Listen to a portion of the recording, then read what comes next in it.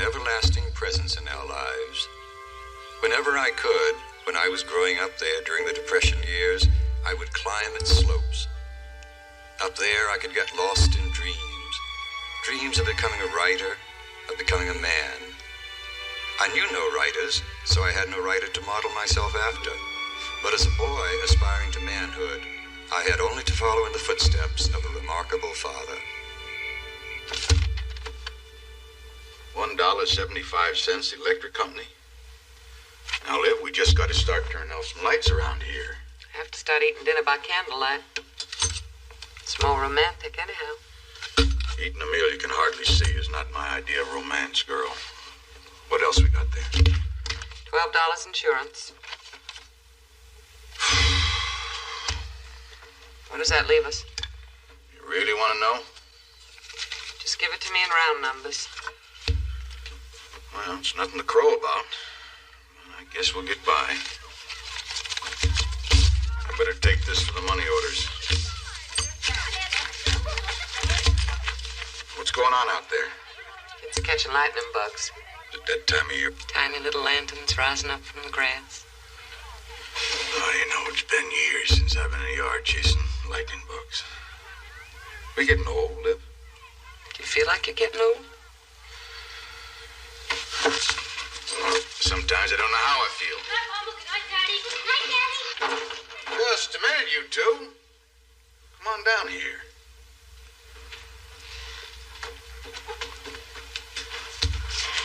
What's this going to bed with the chickens? We're getting up early in the morning. At the crack of dawn. And what's on the schedule for the crack of dawn? Maybe Chance's calf will be here by then. Due any day now. Tomorrow for sure. Okay. Good night, sweetie. Good night, Jim Bob. I'm too old for that stuff. Good night, Jim Bob. Good night, Mama.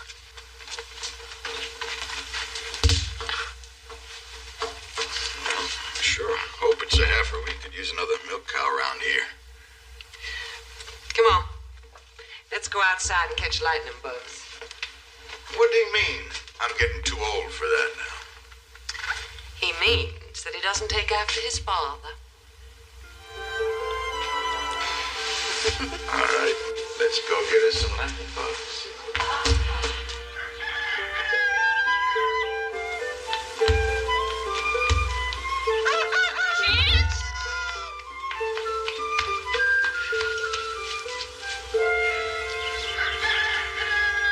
She's run away.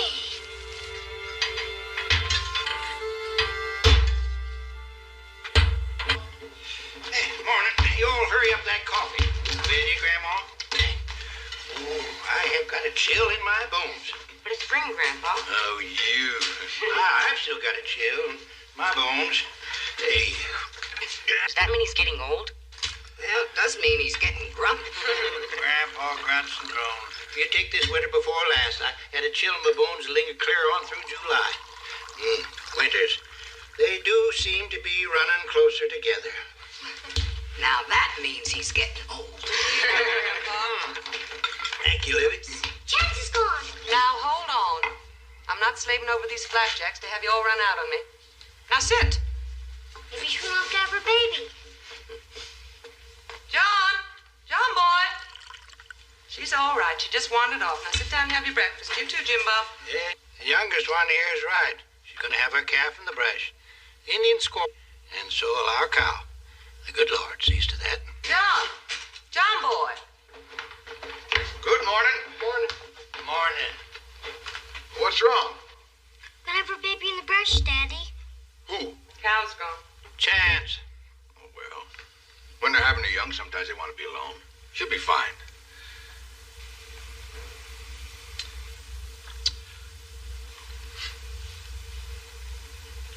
Maybe we better take a look. Come on, John boy. Now, don't you two be long. Now, hurry up and finish your breakfast and get ready for school. Oh, Mama, Chance. The men will find Chance. Now, eat. All this fuss about one old cow. I wish I got that kind of attention around here. Oh, hush, dear. Here, Chance, here.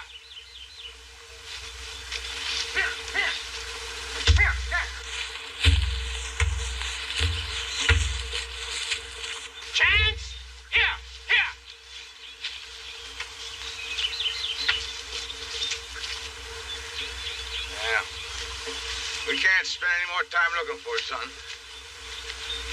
I gotta get up in the mountain. You gotta get to school. I know. You think it'll rain, Mom? Look at that sun. I'll have to search sun to find the clouds. Poor Chance. Didn't even want to have her calf at home. Maybe she wanted privacy. Well, no need to worry. Cows have their calves in the field all the time. But Chance isn't just any cow, Mother. She's used to her own stall and warm straw. Do you suppose if I ever wandered off by myself, any would ever take notice? Grandpa, despite the fact that you don't give milk or have baby calves, we'd turn every stone. Oh, Lily. Mama's right. We'll find her. I'll have a look for the old milk wagon myself. Now go on to school. Any sign of her? I don't know, but she'll turn up. Lunch, John Boy. There's work to be done. Livy, bring my lunch. Come on, off to school you go. Goodbye. I just won't be able to concentrate, Daddy. Thinking about Chance. You try, Ben, you try. Here, you haven't had your breakfast. And I gotta get up to the mountain. You coming, Pa? No, I promised the young'uns that I would have a look for the cow. There's plenty of work anyway out the old sawmill. I'll see you tonight. Don't wear yourself out, Pa. She'll come back when she's ready. Now, don't you wander off too far. You hear, old man? Oh.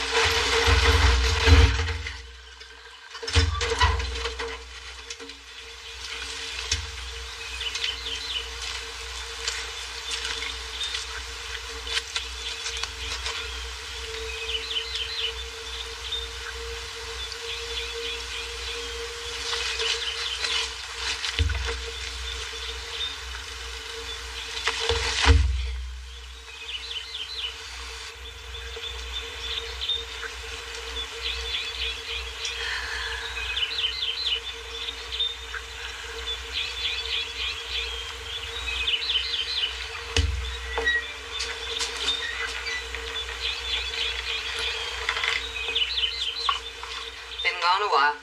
Stubborn old man. Thank God for the Walton stubbornness, Grandma. It's kept us going. That old man making fun of us for worrying about that cow and then complaining that there's work to be done. And then goes soft looking.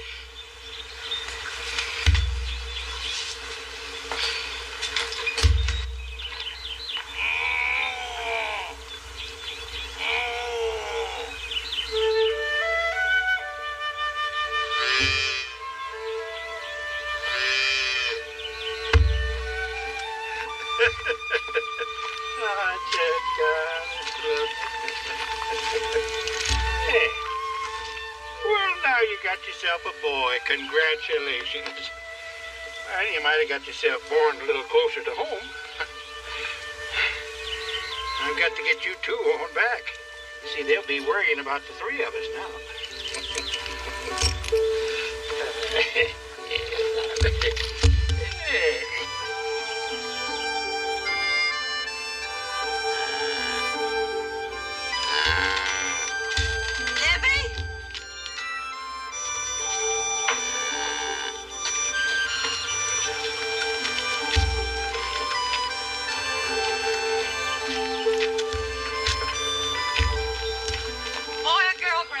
It's a bull. I was hoping for a heifer. We could use another milk cow.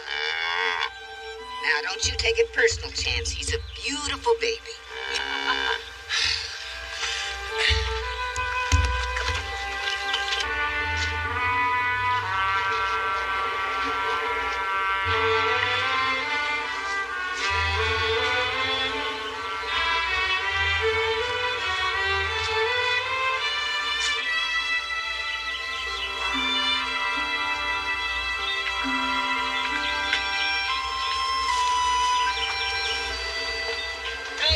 There you are. How come you're walking? That truck broke down. You gonna be able to use it? Not for a while. Where is everybody? Everybody's in the barn. Come on, come on. Come on.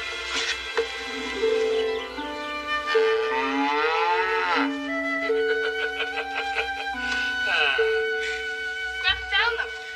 She sure is a beauty. She's a he. You didn't get your heifer, John. I thought I'd seen the last birth in this family.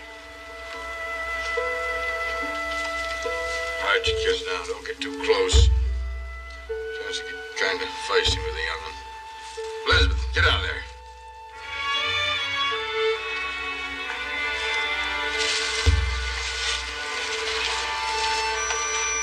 What's wrong with Daddy? I don't know. Come on, you children. Out. Do as you're told. Come on now. Come on, all of you.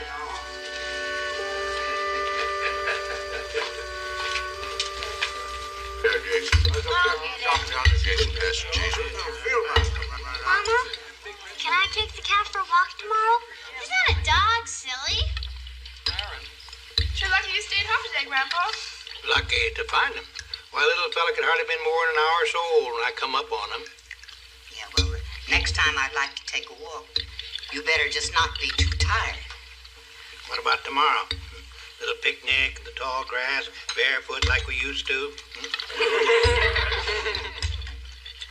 What do we call him? Little Chance. Nah. What about Friday? Today's Friday.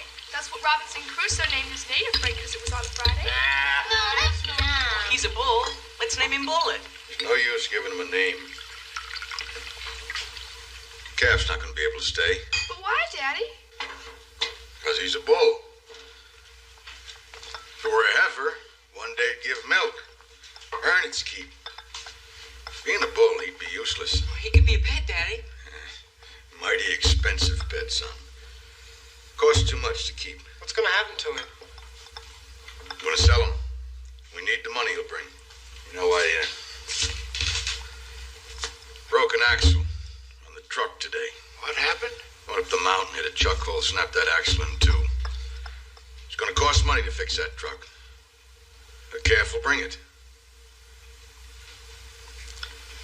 We live by the lumber we cut, railroad ties, firewood. No truck, there'd be no money coming in. Oh, hey, I'm sorry. That's final.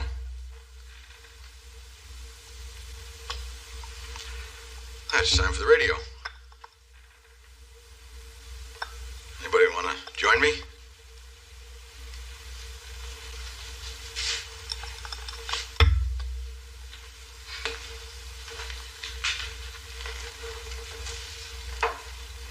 Please, Mama. Sorry, sweetheart. But what your father says is rule in this house.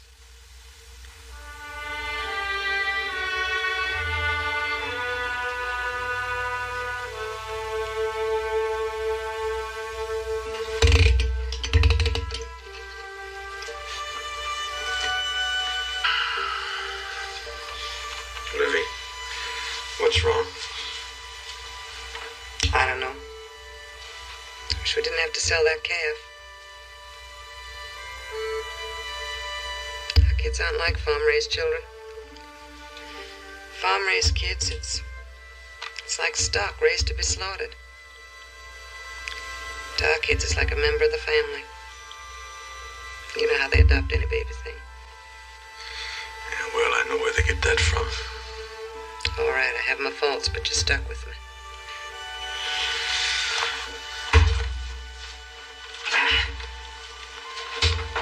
I never argue with a red-headed woman. Then you'll let the calf stay. No, we can't. If the kids get any more used to it, it'll be like getting rid of the family dog. Besides, we need to have the money. I already ordered the new axle. How much will it cost? $9. Can't we bring that? Sure. I'm sorry, honey, but the kids just have to learn some hard facts of life. You're right. I'll start asking around tomorrow. Good night, John Boy. Good night, Elizabeth. Good night, Mary Ellen. Good night, John Boy. Good night, Jason. Good night, Mary Ellen. Good night, Aaron. Good night, Jason. Good night, Ben. Good night, Aaron. Good night, Mama. Good night, Ben. Good night, Jim Bob. Good night, Mama. Good night, Daddy. Good night, Jim Bob. Good night.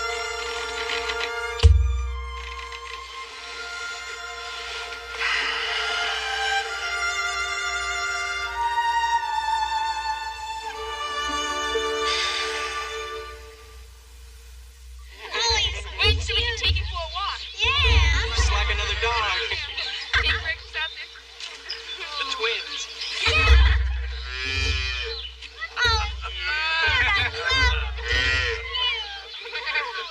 I'd sure hate to be you right now. Oh, wait till we can walk him. Yeah. Come here, look at her. Yeah, I see, honey. Cute. Oh, I sold the calves. Who to, Daddy? George Anderson.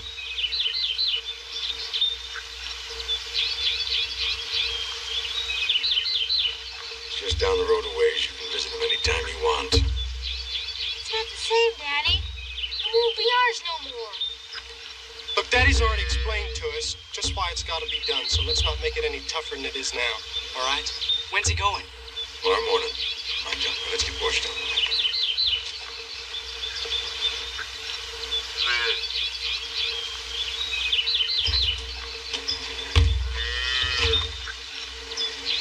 Thank you, son.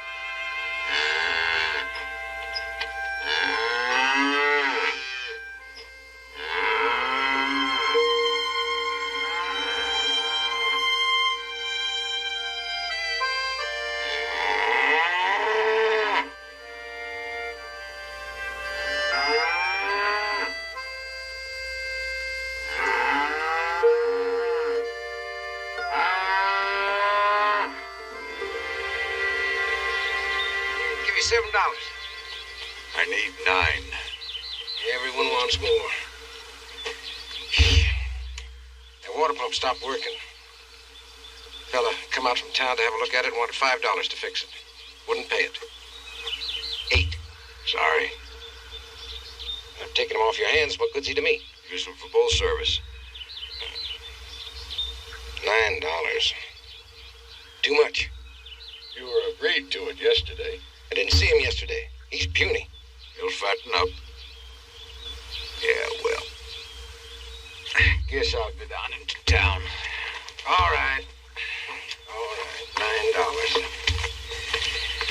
I guess that means the pump will have to wait. Times is hard. Take people that take less.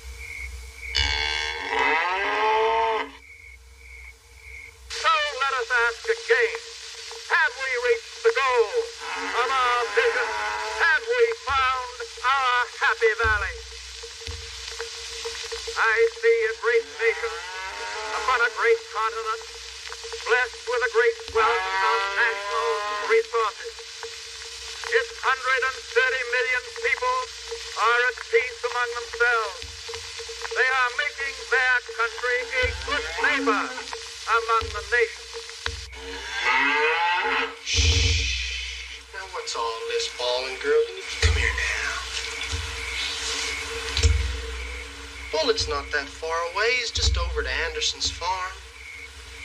We're going to see him lots of times. Lots of times. Just want to tell you we love you, Chance, and we understand about it.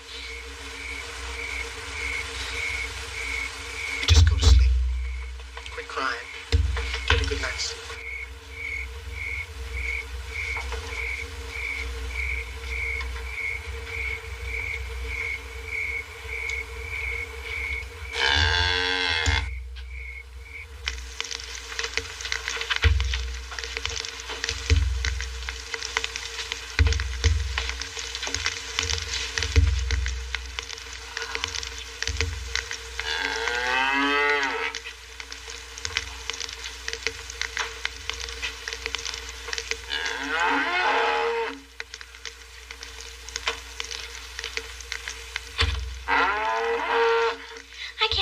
Mama. Try to read for a while. Elizabeth's crying. I'll see to her in a minute. Go on upstairs now. Good night. Liv? We've never gone to sleep with a crossword between us. Let's not start now. I'm not cross. It's just that she sounds so human. John, how do we know how she feels? Chance will get over it.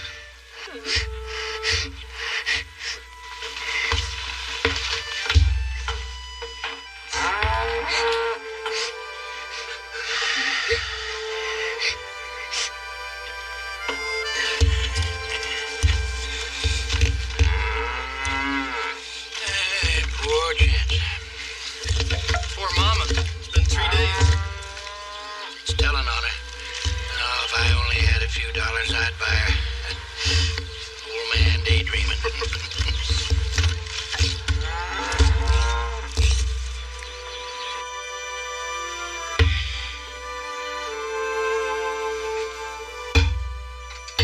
Remember when the children used to beg to lick the icing from the bowl? Now I can't get any kind of a rise out of them. I thought it'd pass. John thought it would too. And that. What are we gonna do? I got $3.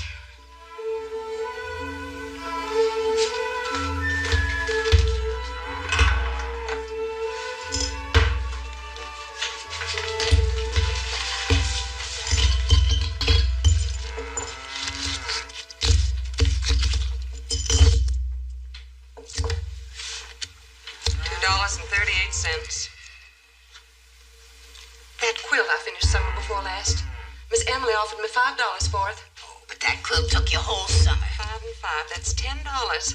And we only need 9. But that quilt is like part of the family. So is Chance.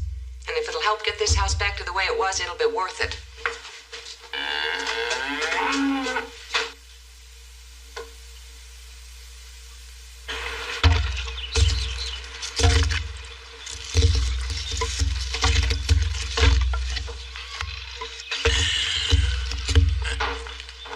Now what's going on here?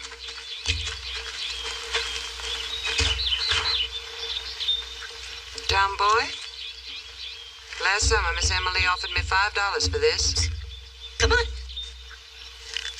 There's $4. $5 for this quilt. Mama, that's your memory quilt. Just sewed up from scrap, son. Now you take it and sell it, and then go to the Anderson place and buy that calf back. Mama, you treasure this quilt. Everything in here's a part of us. There's scraps of Mary Ellen's baptism dress, and there's a scrap of the shirt that Jim Bob wore to... Take it. Well, what do you think Daddy's gonna say? I figure you'll have a lot to say. Your daddy and me, we have a way of talking things out. You sure about that, girl? I can always make another quilt. Now go.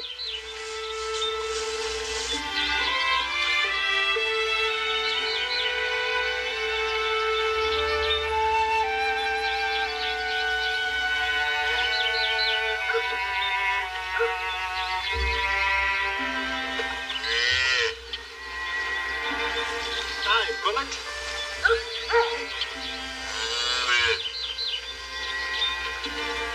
Hey, son, how are you?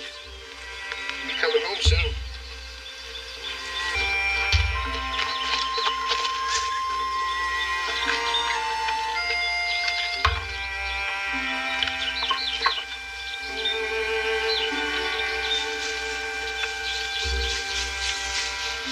Mr. Anderson? John boy? Fair weather. Yes, it is. Calf's growing like a weed, isn't he? Eats enough. I'll tell you, Mr. Anderson, that's why I'm here. The family, we've been thinking about it. We decided we made a mistake. Mistake? Yes, sir. By selling the calf. See, the kids are mighty fond of it, and we got to pondering it, and we decided we'd like to buy it back from you. We got your $9 right here, every penny. Afraid $9 won't do it. Isn't this just what you paid for him? Start with. Since I've got quite an investment in that critter. Feed, fixed a pen to hold him. $12 and you can have him back. $12. I'll tell you, Mr. Anderson, this here's just about all we could come up with at the moment. $3 more.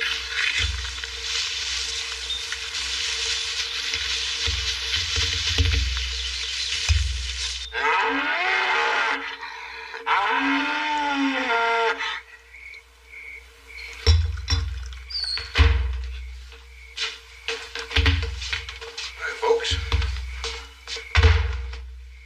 Coffee? Oh, yeah, that'd be fine. Where are the kids? Doing homework. John boy come in? You upstairs? It's at the Anderson place. There and gone. I sent him to buy the calf back.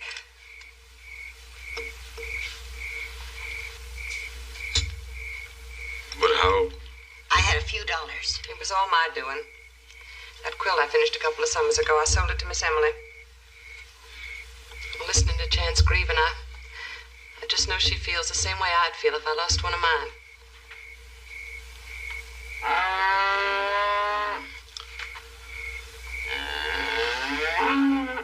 Be good to get a night's sleep.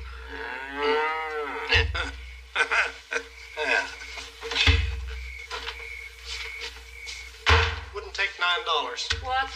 He wants 12. Tight-fisted, pinch-faced, It's his calf. Afraid that's just too much, son.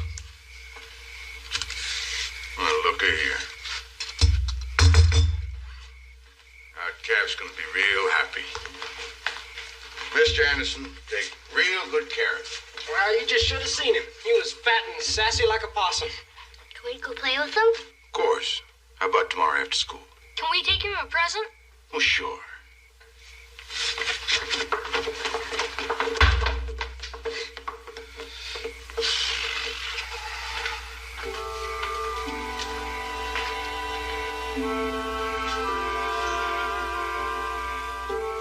I saw a look on Daddy's face today, and all of a sudden I found myself looking at him not as my daddy, but as another man.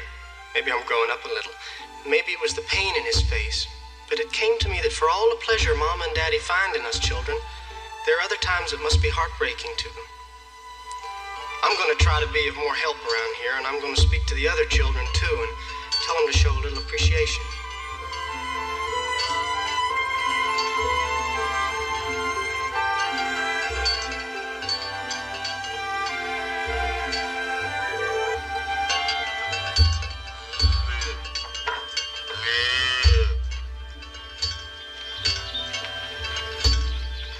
Hi, Bullet.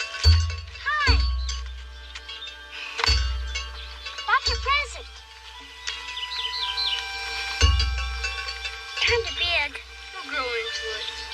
That's so folks can find you if you get lost. Daddy's right. Mr. Anderson's been keeping real good care of you.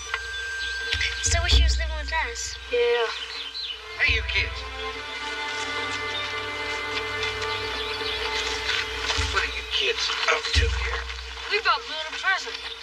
Yeah, ain't gonna have no need of it. Suppose he runs away. Won't have to. Mr. Anderson? You're gonna have to know sooner or later. Gets a little bigger.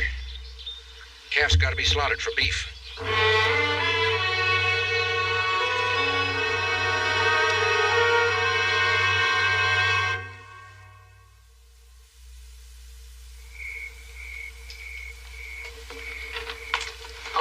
Go on in and sit down and have your supper. Now, John and John Boy will find those young scamps. They're all playing in somewhere. Young'uns have a way of losing track of time.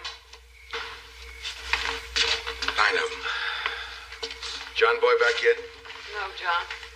It's past 7 and the night's getting a chill to it. Where you going, Pa? I'm going out and have a look around for him. I know these mountains like the back of my hand. No, you won't, old man. You'll catch a chill.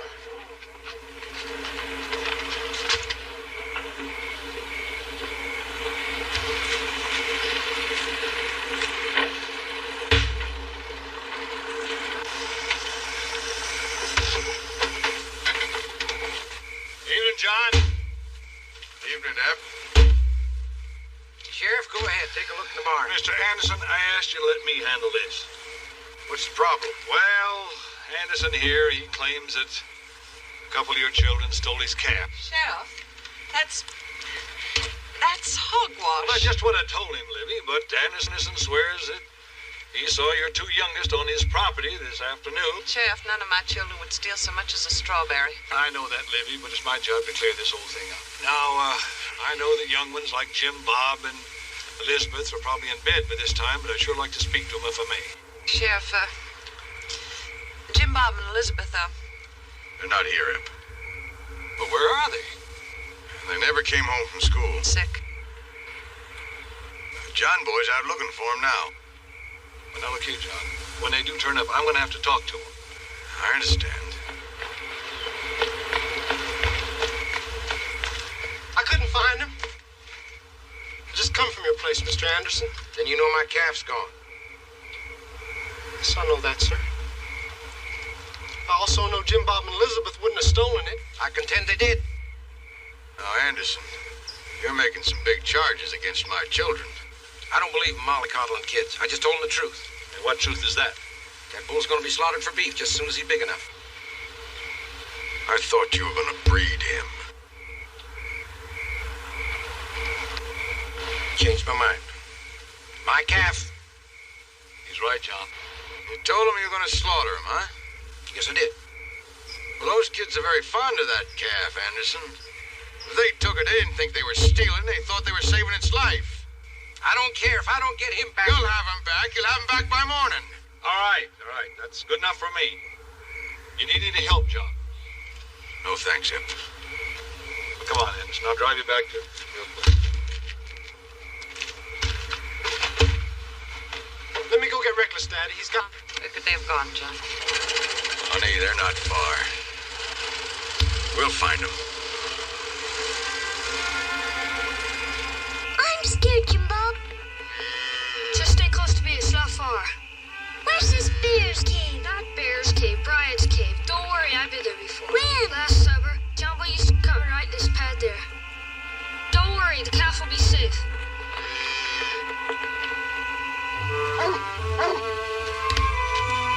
Reckless?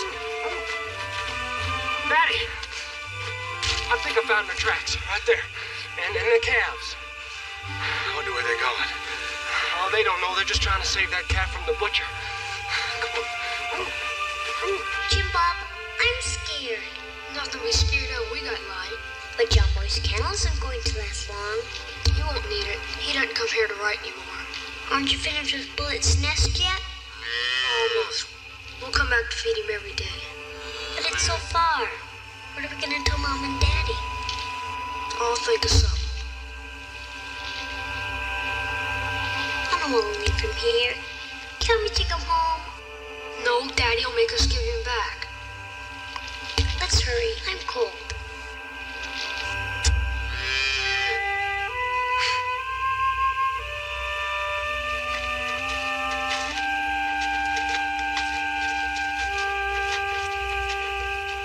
He'll be safe inside when this is coming up.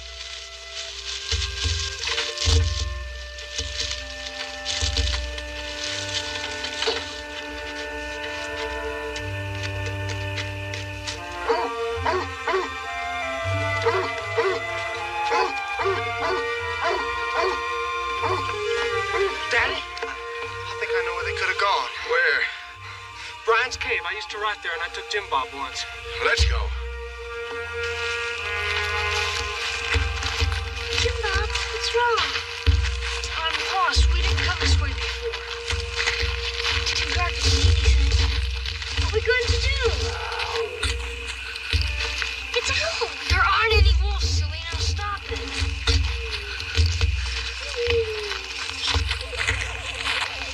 Come on, let's go back to the cave. Mama's gonna be worried to death. Let's go.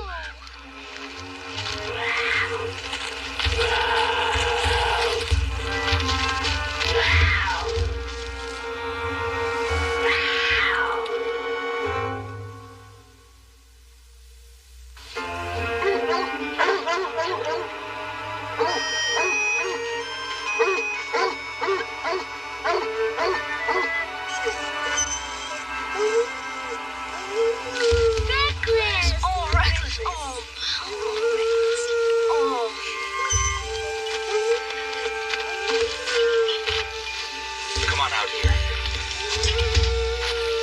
You all right? Huh? Oh, where's the calf? Mr. Anderson was gonna kill him, Daddy. I know Miss Anderson was at the house. Where is he? In the cave. John boy, why don't you go get him? We'll start on home. Alrighty. We're gonna get a spanking. Run off like that. Gotten the whole family worried. Causing all this trouble. Besides, that calf didn't belong to you. What do you think? He's gonna die, Daddy. Come on, let's go home. Reckless, come on. Reckon you got a soup bone coming. Come on.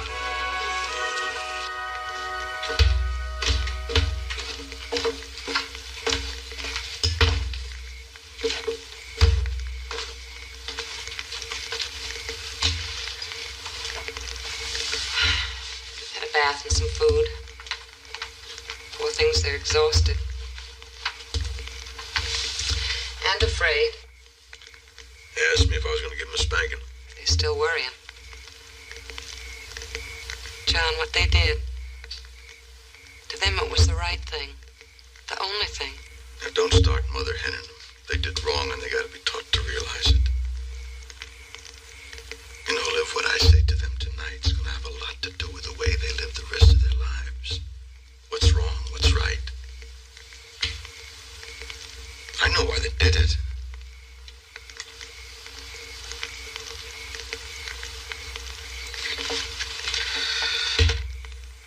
There's not going to be any spanking. Not tonight. Jim Bob, Lisbeth.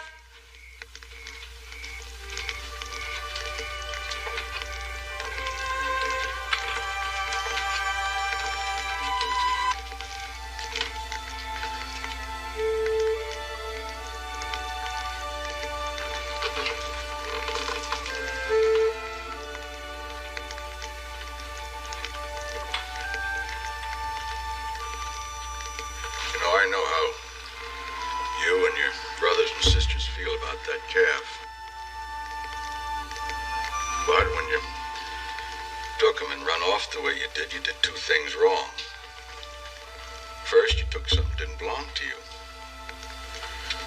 Second, you worried your ma and the rest of us.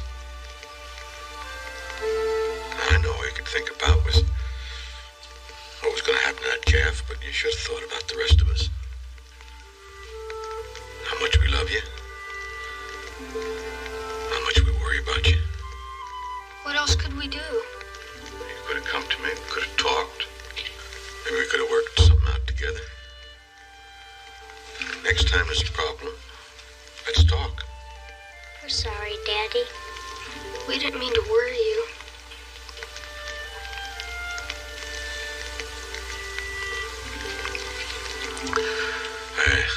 It's been a long day. Hey, Buster.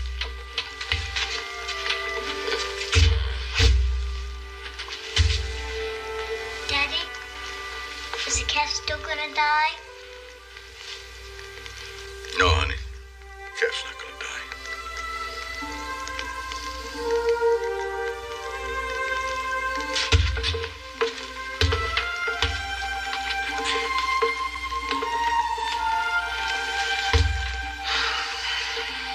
That's still the Andersons' calf. I just want him to have a good night's sleep. They'll sleep. But you won't.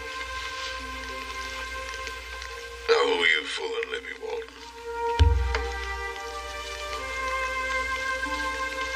I'll have company.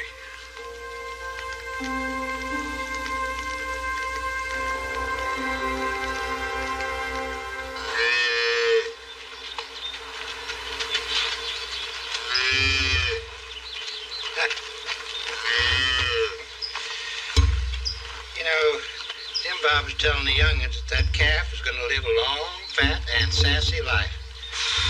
You think Anderson's going to go along with that? Answers?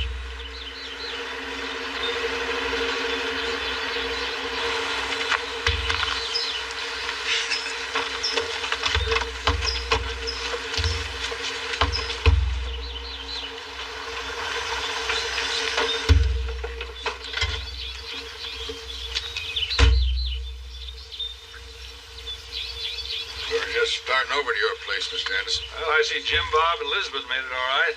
Sheriff, I thought you were going to talk to those kids. My son has already talked to them. Oh. Well, I'll take the calf and be on my way. Mr. Anderson, just a minute. You see, to you, this calf is just meat on the table, but to my children, it's become a playmate, part of the family. Take the $9. Already told your son I wanted 12. But I got a proposition for you. Glad you're here, Sheriff. You can be witness. I've always taught my children they have to earn what they want. They want this calf, and they're going to have to earn it. Now, I'm willing if you're willing. Why should I? Well, now, go ahead, John. There's a lot of repairs to be done over your place, Mr. Anderson. Boys will work for you. Make up the difference between the $9 and $12 till it's paid off. How do I know I can count on that? My boy's giving you his word. I'd lay money on it. Now, look here, Anderson. You've been griping how much help has been costing you.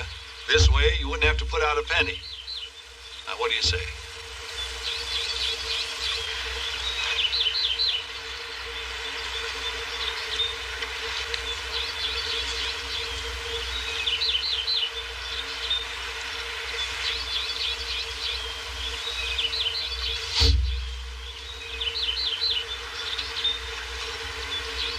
Have him over my place after school. 20 cents a day. Fine. Meantime, I'll just keep the calf till he's paid for in full. Good. You might as well feed him as us. That's all right. You might as well hold on to him. That's real generous of you, Anderson. Ain't it, John? Sure is. When are they going to get started? Tomorrow, Mr. Anderson, right after school.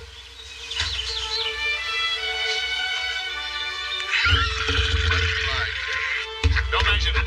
John boy, here's the chance out of the bar. Yes, sir, Daddy. Here. Come here, Tiger. Tiger.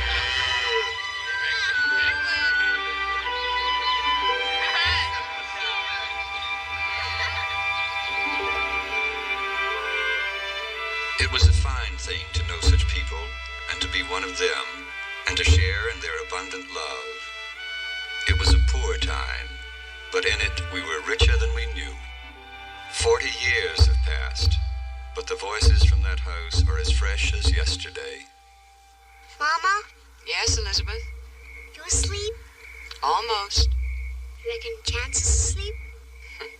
Wouldn't surprise me. Good night, Mama. Good night, Elizabeth.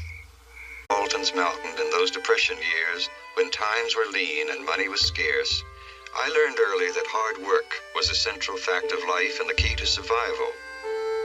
I wasn't afraid of work, but above everything else, I wanted to be a writer. Gripping a book, reading and rereading the wonderfully colored sentences, This was as close as I could get to another writer. Until one afternoon, I met someone who showed me the way I must take to be a literary man. John boy! Right here, Daddy. Where you been, son? We had to finish loading this ourselves. I'm sorry, I was off reading. Now, this will load for sure. Now, let's get into town. Sir, we behind schedule? Not so far, we can't catch up. Get it to the railroad station and come on back. We got more timber to cut. Yes, sir.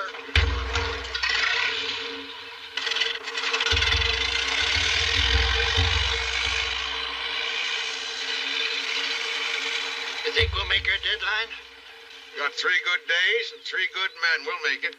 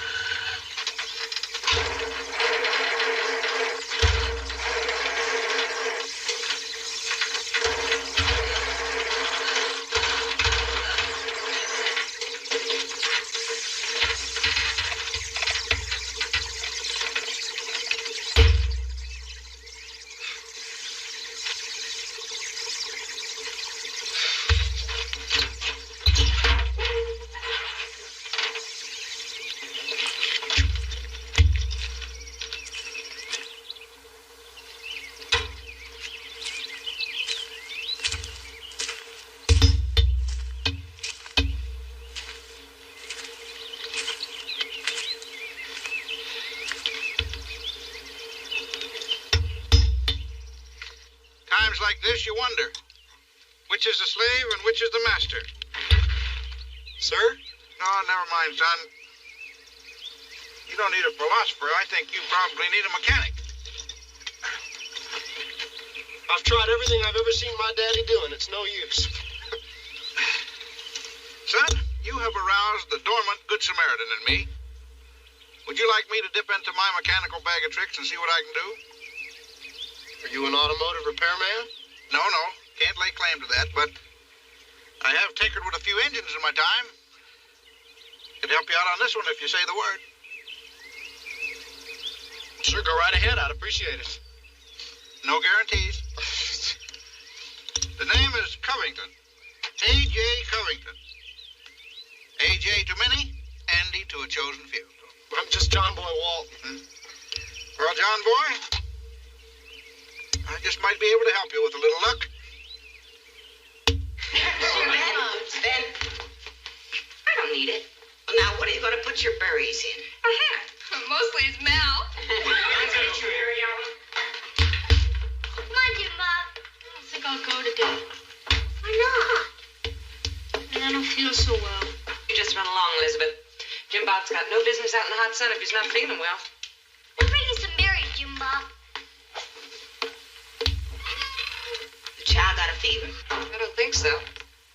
His forehead feels clammy. Wonder what it is.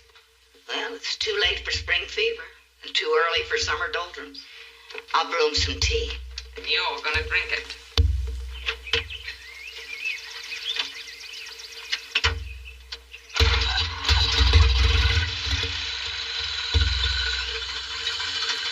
Hold it. Well, I can't thank you enough, Mr. Covington. Machines are still largely predictable, unlike people. I wish I could offer to pay you. To spoil my image as a good Samaritan, glad I can help. Well, can I give you a lift? Well, I would appreciate it. Which way you going? Well, any way you're headed would be fine. I'm just going up to Rockfish to deliver this lumber. Reading Moby Dick? Carnival man gave it. Littlest man you ever saw. When gliding by the Bashee Isles, we emerged at last upon the great South Sea. Now the long supplication of my youth was answered. That serene ocean rolled eastward from me athwart certain section. Melville was my model and inspiration when I was learning the craft. Are you a rider? There are some who thought so.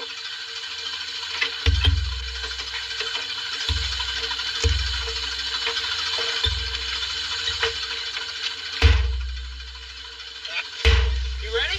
All right.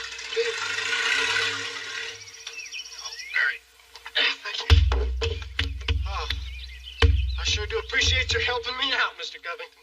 AJ, that's all right. Never unloaded lumber before. It's a new experience for me. Grist for the mill.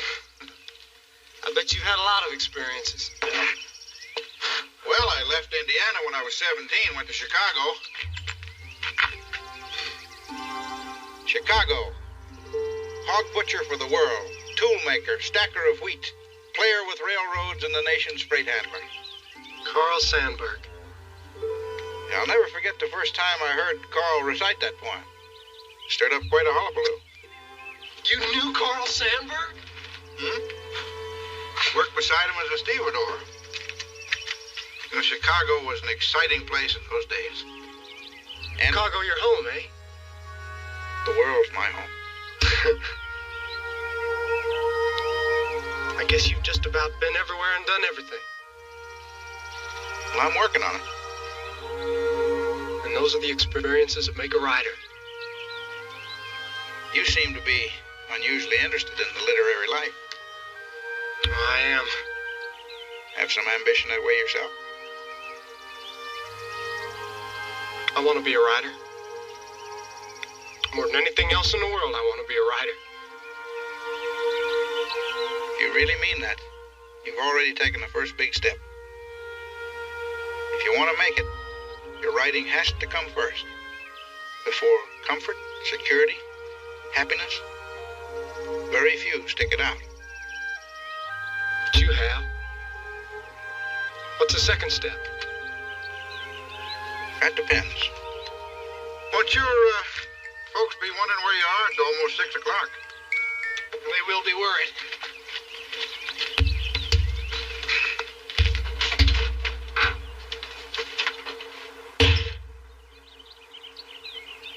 Mr. Covington? Would you like to come home and meet my folks?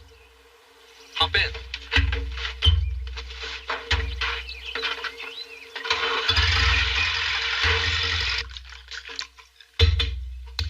You're worried about John Boy? Well, he ought to be. That I am, Ma. I'll tell you something you already know. That's her specialty. Well, if a boy of mine his age had been off all hours, he'd have his bottom scorched when he got home. That boy of yours there got in twice as much devilment as John Boy ever did, and I don't recall his bottom was too heavily scorched. Was it? Hey, everybody. I had a breakdown in the truck on the way in, and if it hadn't been for this gentleman, I never would have gotten her fixed. Mr. Covington, this is my family, my daddy, John Walton. How do you do, sir? This is my wife, father. Pleasure, sir. How do you do? She just flat went out on me. Quit this side of the yards, and Mr. Covington helped me out. Fact is, he got her started when I was ready to give up. Much obliged to you, sir. Won't you stay for dinner, Mr. Covington? Well, thank you kindly. Have a seat right there, sir. Yes. Here, sir. Thank you very much. Is fixing trucks a specialty of yours, Mr. Covington? Oh, just a sideline. No, Mr. Covington is a writer. Is that a fact? Passing through. On your way to where? Anywhere and everywhere. Oh, very nice. Thank you. Thank you very much.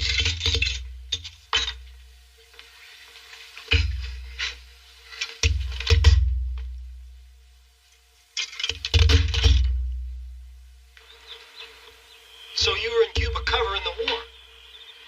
San Juan Hill and all the rest of it. Must have gotten a lot of material for stories there. Steve Crane was my tent mate. Stephen Crane? The Red Badge of Courage? Brilliant writer. Oh, yes. Tragic loss. Died so young. Well, it's about time to turn in. Got to work double time tomorrow, John boy. I understand you have a sawmill, Mr. Walton. Yeah, just a little thing out back there. Got some lumber for the railroad, a little firewood. I once worked a whole season on a lumber mill up near Seattle. It was hard work, but it was satisfying. And you've cut timber? Acres of it. Well, Daddy, we've still got the contract for the 4x4s to fill now. John boy, you're speaking out of turn. Mr. Haver. Well, if I could help you out, I'd be glad to stay on for a few days. Oh, we're in no position to hire help. Bed and board till the job was done would be good enough.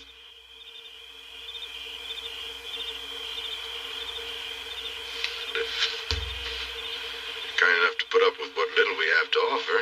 Be more than satisfied. Well, good. You can have my room. Well, that's very generous of you, John boy, but if the barn's available, I would enjoy a night's sleep on a sweet bed of straw. All right, I'll get you some bedclothes and fix you up a nice place in the barn. And you're right, that straw does smell real good. Bright boy. He's got all the makings of a good writer. Curious, he's sensitive, and trusting. Good night, Mr. Walton. Night.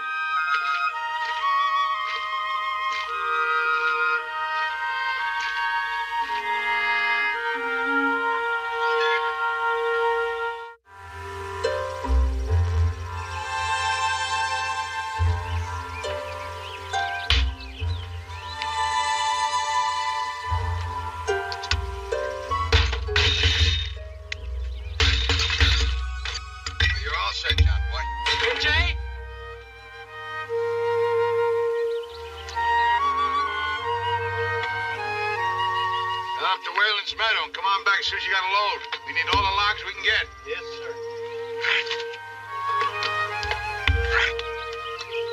See you later, Daddy. Up here.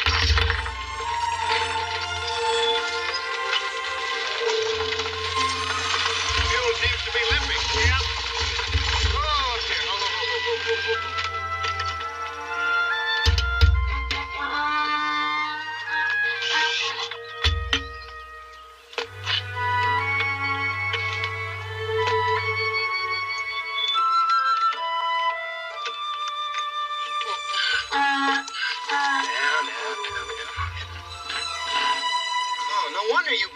You got a big rock stuck in here. There we go. Hey, Jay, will you look at that? Hey, Jay?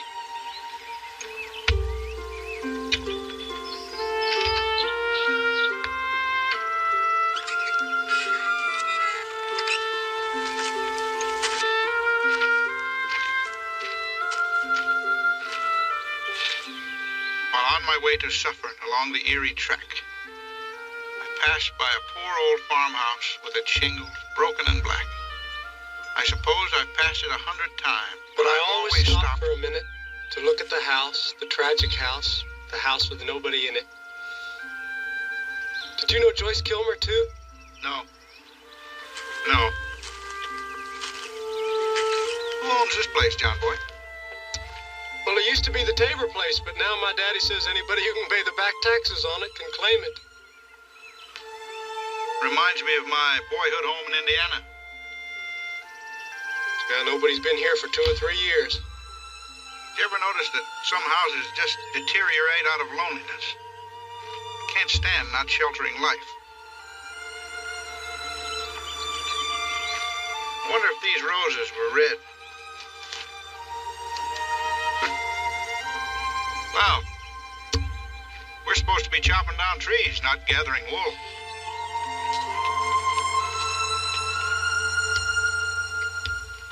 Jim Bob, I'd like you to try a little of this beef broth. Oh, I have to? Yeah. Does it still hurt? Can you show me where?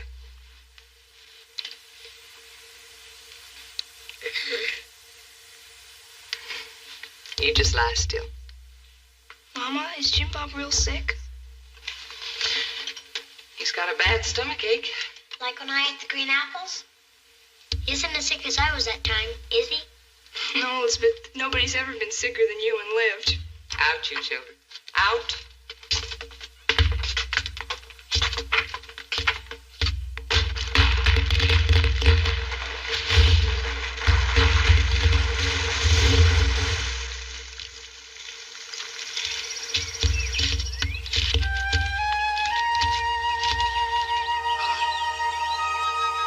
When did you first start writing, AJ?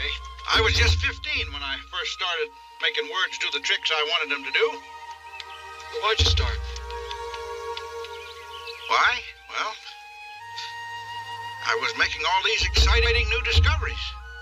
I felt like I just had to share them with somebody or bust. Oh, I know. Trouble is, on an Indiana farm, what with the milking and plowing and planting and harvesting, so I started writing all my thoughts down on paper. How old were you then? 17. Along about the same time, I heard about this story contest a magazine was having, so I polished up this piece I had done on a drought that we'd had the year before and sent it in. I didn't win the $75 first prize, but I did win second. And you were just 17 at the time. Yeah. This watch was my prize. Oh, it's a beauty. I've admired it. Yeah.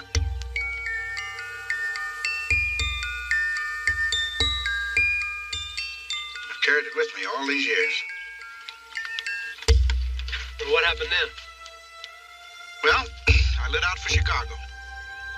No money, no prospects, but I was loaded down with hope and determination. Weren't you scared? You bet. But I knew then, as I know now, that unless a man is ready to strike out on his own, leave kith and kin behind without ever looking back, he'll never make it as a writer. My big story, the one I was born to write, is out there somewhere. I just gotta keep searching till I find it. Never let anyone but my school teacher see what I write, but would you mind reading a little something? And I'll bet you just happened to bring it along with you, didn't you? Yeah. Oh, man. Be glad to. Thank you. I just wrote this last night.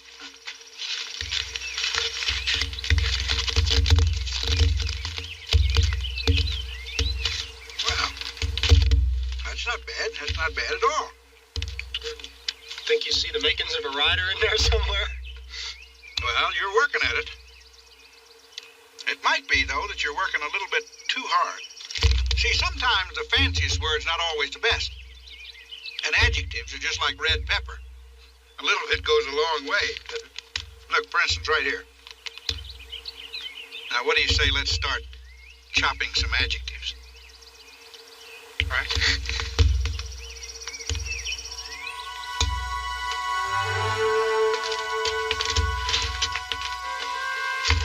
Doesn't seem to be getting any better. Well, maybe you better send for Doc Shackelford. Last little logs, Daddy. Nothing we can do about it till John Boy gets back. For now. All right, son. Switch it on. All right, Daddy. John! We need a doctor. Jim Bob's getting worse by the minute. Hold it, son. All right, I'll get over to Ike's and call him right now.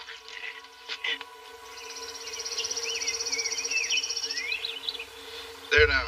See how much clearer it is? Says it all in half the words. Yes, well, now's the time for you to be learning those skills. Then when you go out after your big story, you'll be able to write it. Can't thank you enough, AJ. My pleasure, son. My pleasure. We've been at this a good while. I better get back to work. When a writer gets lost in his own world, time has no meaning.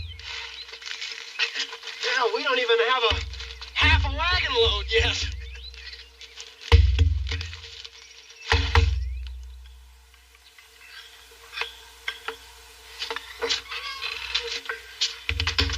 Hey, everybody. Sorry we're late getting home.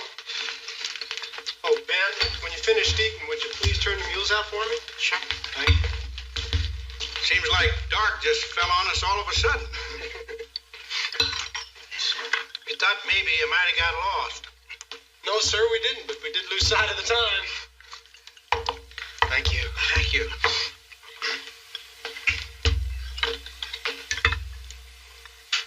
How's Jim Bob? He's one sick child. Your daddy phoned for the doctor, but he was out on another call. All we can do now is wait. Bring back a full load, did you, son? Well, no, Daddy, not exactly a full load. Right much, though.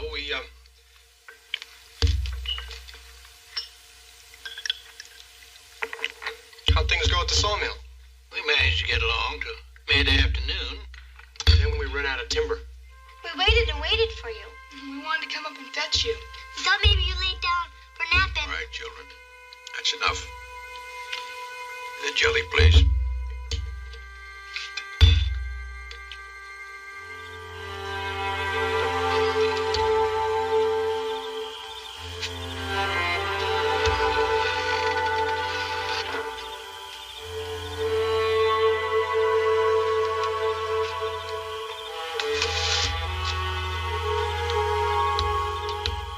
Daddy, I did wrong today. I'm sorry. At such an early start, seemed like we were doing real good. Sometimes a man works real hard and can't seem to get anything done. No, it wasn't that. We sat down on a log to eat lunch and we started talking. I asked AJ about writing, actually. How he got started and all. And he told me. And you didn't get much wood cut. That's the whole thing.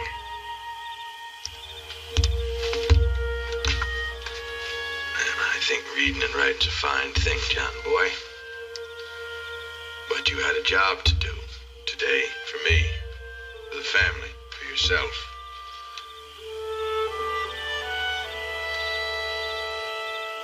Man's judged by the way he's handling a job he's agreed to do.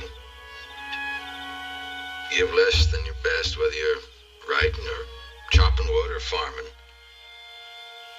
And you're failing a lot of people. Most of all, he's failing himself. You do the best of what you try. There's nothing to be sorry about. I'll try, Daddy. John, pain's real bad. I'm afraid.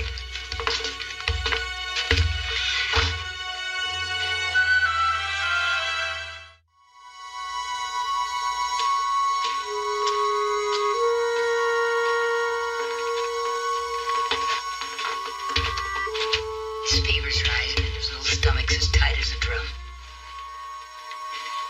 Feeling pretty tough, are you, son? Yes, sir. Well, he hasn't been sick to his stomach, so it isn't anything he ate. The pain's lower down, isn't it, honey? Well, I've given him some fennel tea to check the fever and... Excuse me, I heard your son was sick. I thought maybe I could be of some help. Oh, so you're a doctor as well as a writer and a woodcutter? No, ma'am, I'm not a doctor. But I have worked in a hospital. Any advice you can give us, Mr. Covington? We'd be much obliged.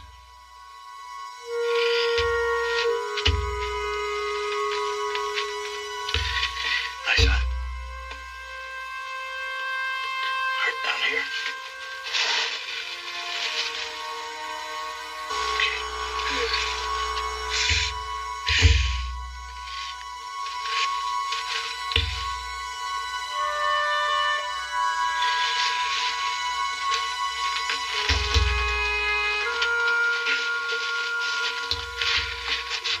I think your son has appendicitis. Acute appendicitis. What makes you think that?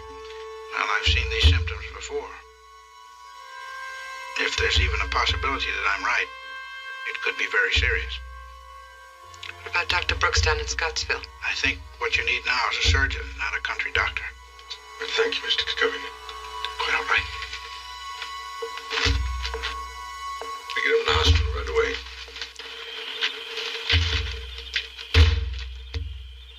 We'll stay with him till he's fixed up. How long that's going to be? Well, I'll get back home as soon as I can. We'll be fine. All behave yourselves here. I will, Daddy. John Boy, we still got a chance to fill that contract. We're gonna try.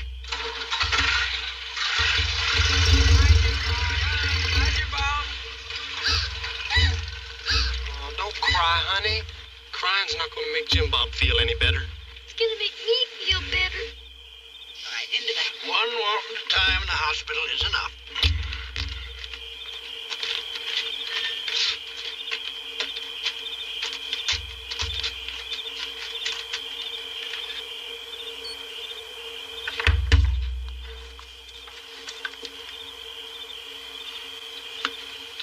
Well, I've seen your symptoms before, too. Acute depression. Let him down, AJ. We were chopping out adjectives when we should have been chopping down trees. Never thought of anything else but the riding. I just never gave a thought to anyone else but myself. Well, I'll shoulder the blame. No, it's my family, and it was my job. All right. We'll share the blame. AJ, I've been thinking a lot about what you said. And you're right. If a man wants to be a rider, then that's got to come first before anything else. Well, at a certain point in his life. You know, sometimes I talk a little too much. AJ, I don't think I'll ever be able to turn my back on the people I care about. The people that depend on me. Now, wait a minute, John Boy. I wasn't suggesting you may or the next day. I was just talking generally. Today, tomorrow, or next year, what does it matter? I've been fooling myself with this dumb idea that I'm going to be a rider. You're right. A rider's got to be able to cut off those ties. He's got to be able to just go looking for that story he was meant to write. And I truly admire you and all the great men who've done it, but I honestly don't think I'll ever have the courage. I guess I know I'll always be looking back. Just be tied to what's here. John Boy, we got a big day tomorrow and you're tired now. We sure do have a big day tomorrow. I may never be a rider, but I'm going to be the best logger in Jefferson County tomorrow. Good night, AJ. Good night.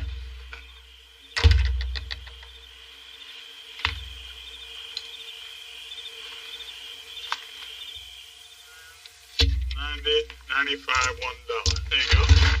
Y'all come back now. Well, Mr. Covington. I understand the Tabor place could belong to any man that paid the taxes. That's correct. It's a shame. Nice little place like that just falling to pieces. Do you know how much the taxes are? As a matter of fact, I do. I was thinking of buying the place myself. $58.76. Why, do I take it you'd be interested in it? Well, I've got to admit I'm a little bit tired of traveling.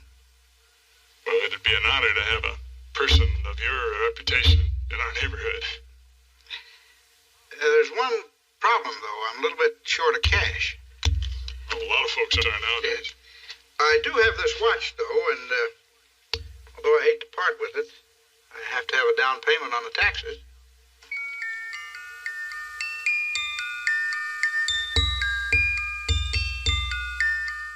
Oh, she's a beauty.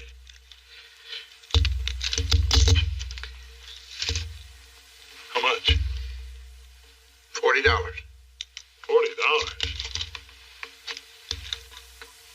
I'll give you 25.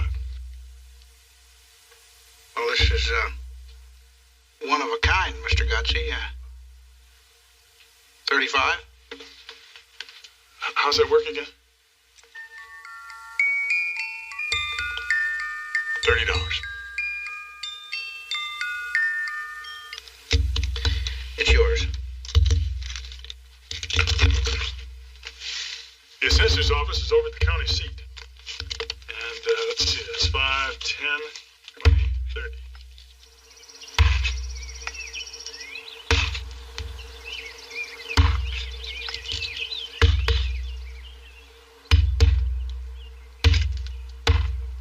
How you doing, AJ?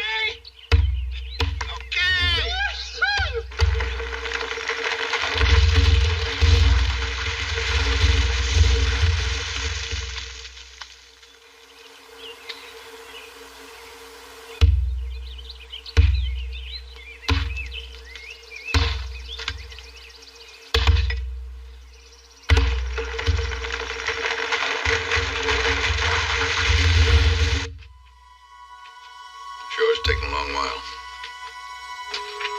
Wish I could have stayed with. Oh, Livy's getting the best of care.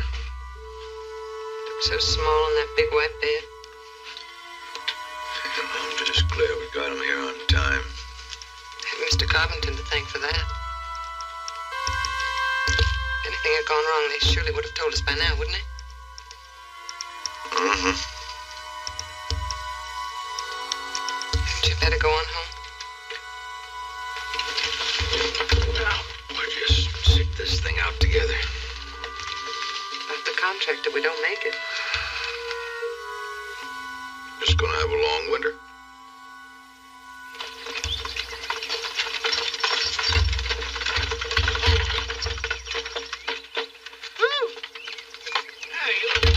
Done real well. We sure have. Couldn't hardly see the sun for the chips flying up there today. Come on, Jason, give me a hand. Sure. Get this one first. All right. Got her? Yep. Okay, let's go. We're way behind on this order.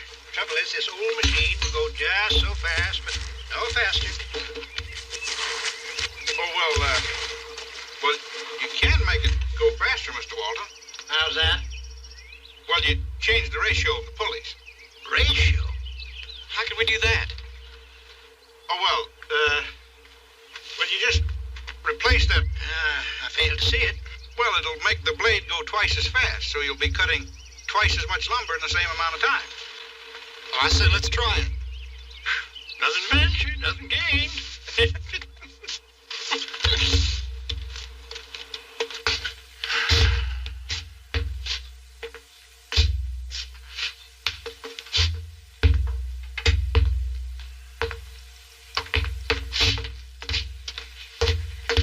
Mr. Walton, Doctor, your boy's appendix has been removed. The operation was a complete success. How long before we can see him, Doctor? Well, it should take more than a couple hours till the ether wears off. I'll have the nurses call you so you can be with the boy when he wakens. Thank you, Doctor. Thank you very much. Well, how about that?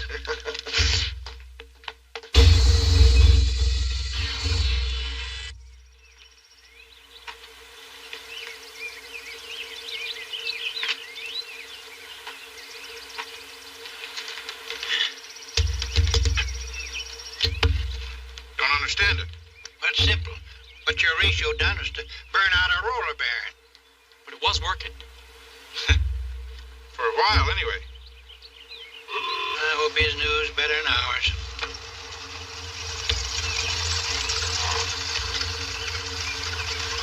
I'm sorry, John boy. It's not your fault, AJ.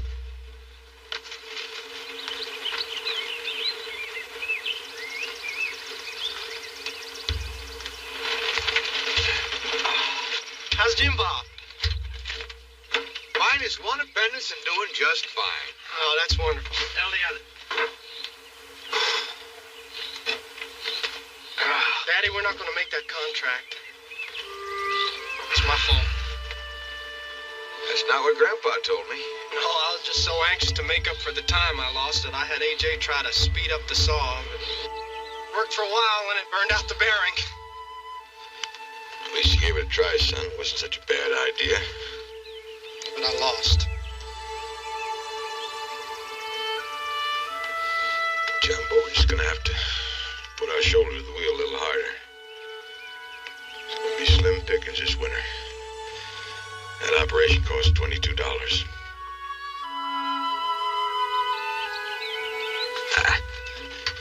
We'll get by somehow.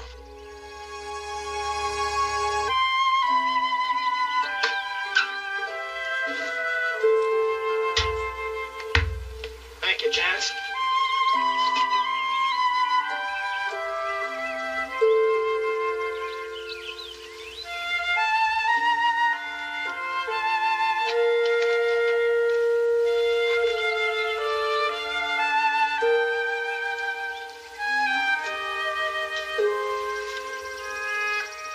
I feel a terrible, aching emptiness. But I will fill that empty place in myself with what I feel for my father and mother and brothers and sisters, instead of living in the private world of my thoughts and feelings. John boy? Oh, John boy.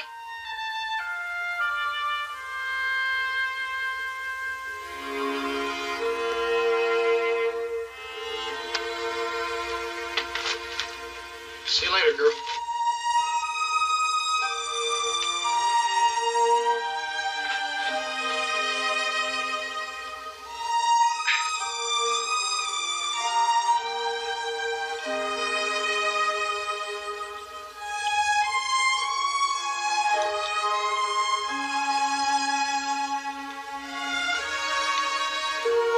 Writing, I will lay aside my journal forever.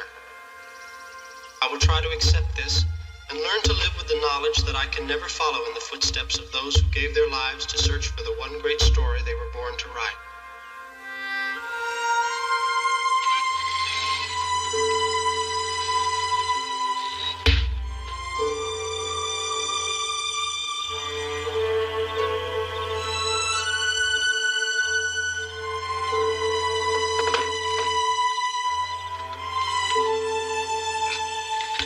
Come in, son.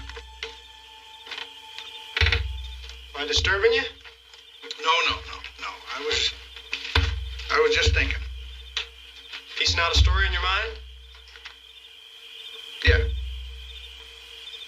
Well, if you'd like to talk it out loud, there's nothing I'd rather do than listen. That's what I've done with all my stories, John boy. Talked them all away instead of putting them down on paper. What do you mean? I've yarned my yarns at boarding house tables, in saloons, hotel lobbies, street corners, just about any place I could get anybody to listen. Then when I set myself down alone in front of a blank piece of paper, I was drained. I talked it all away. So I couldn't write. But you did write. Very little, son.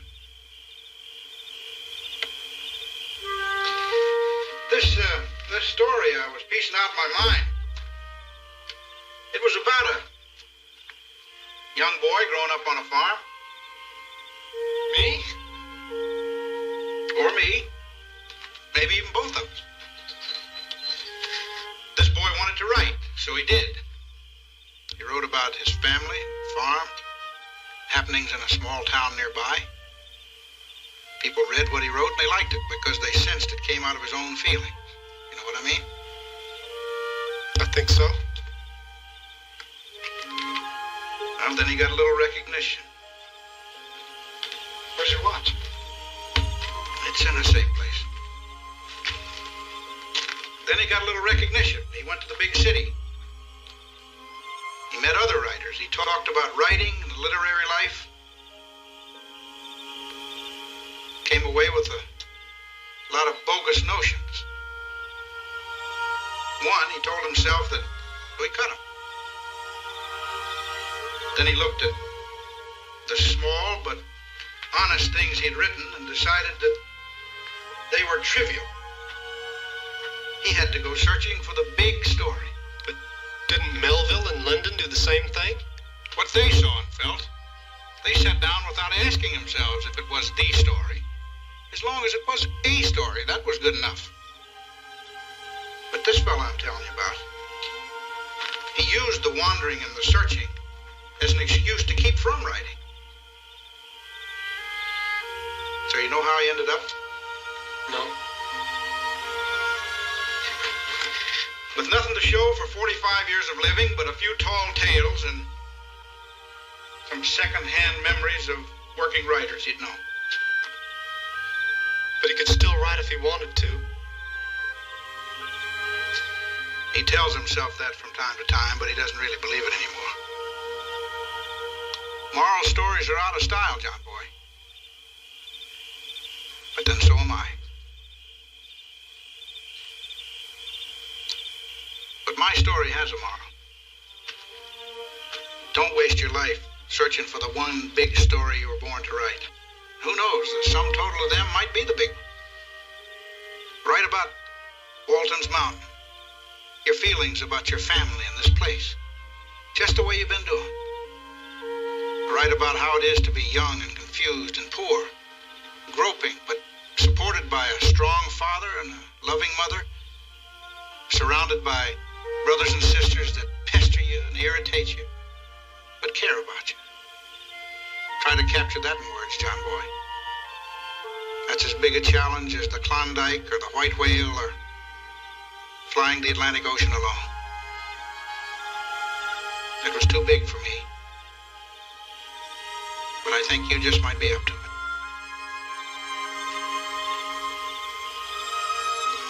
Thank you, AJ.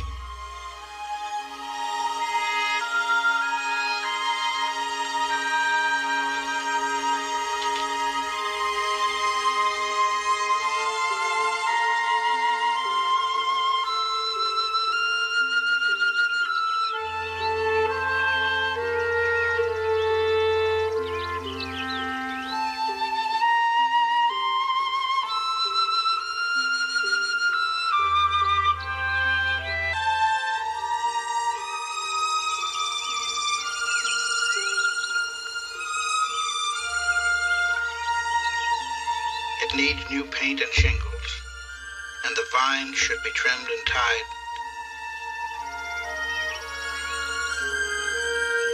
But what it needs the most of all is some people living inside.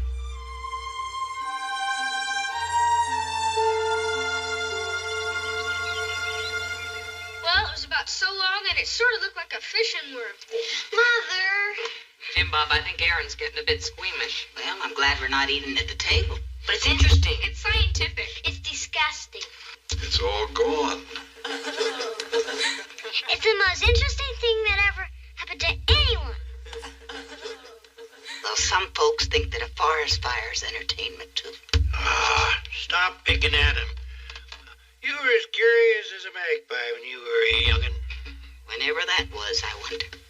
I'm the only one around here that can recollect back that far.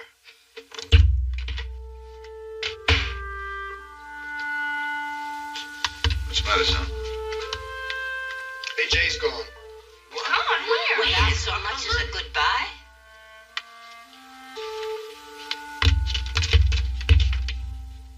Dear John Boy, time for moving on.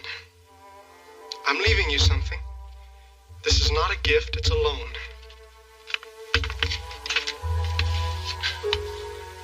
$22. Where would he get $22? I think I know, Grandma.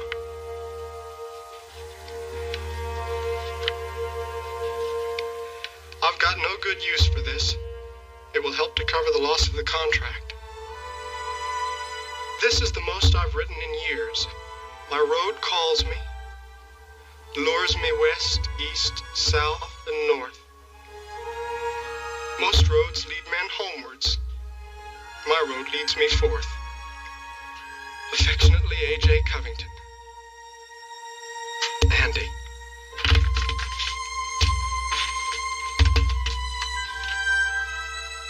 We never saw nor heard from A.J. Covington again.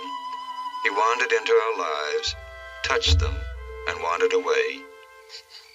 Often when I face the silent challenge of a blank piece of paper, I remember the literary man and the advice he gave me. Things, the seemingly trivial things which perhaps taken all together will eventually give at least some suggestion of the love and sacrifice and joy that sustained one family who lived out the Depression at the foot of Waltons Mountain. Mama? Yes, Jason? I got a sharp hurt in my side. You reckon I could be getting appendicitis? I hope not. Try turning on your back. It's all right, Mama. Hurt gone? I was laying on my harmonica. Good night, Jason. Good night, Mama.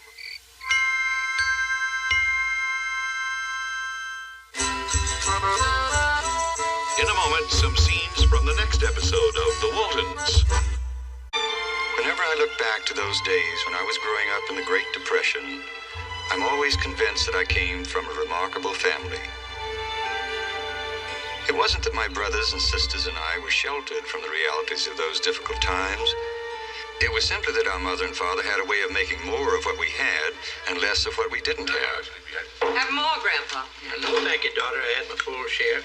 I'll have more, Mama. You just wait till the others get theirs. There won't be any left. I made plenty for everybody. Heinz biscuits. You can smell them baking all the way out to the barn. The honey's almost gone. One of you men will have to go out and look for a bee tree. Bee tree.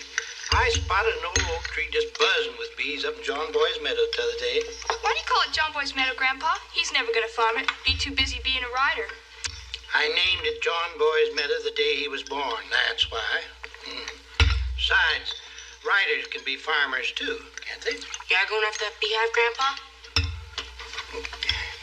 I like getting early start smoking out them bees. You're too old to go traipsing around that mountain. Ever since we got married, my old sweetheart just can't stand me out of her sight. Think you're doing, you old fool.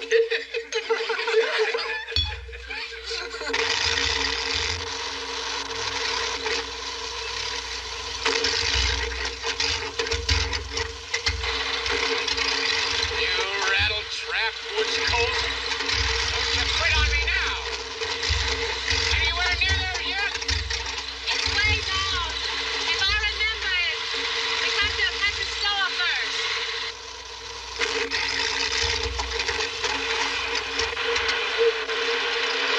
Look out, Ram!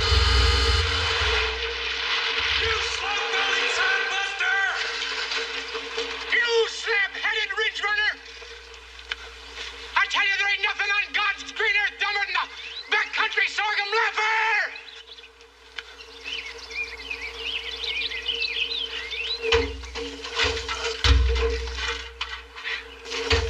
Set the spark, Cora!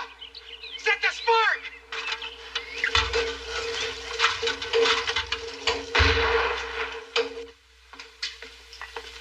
And with these, it comes to $1.29. You're in luck, boys.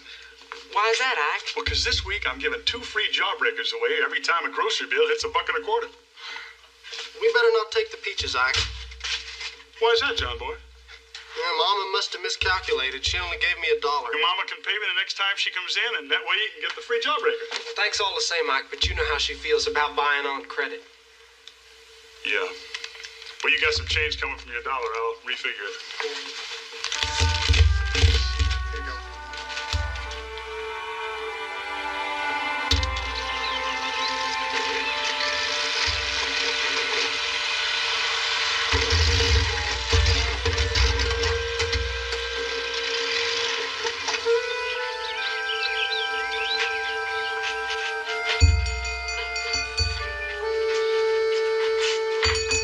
Howdy, morning. Morning, Pete. Howdy. Sure, friendly folks. Yeah. Not from around here, that's for sure. No, sir.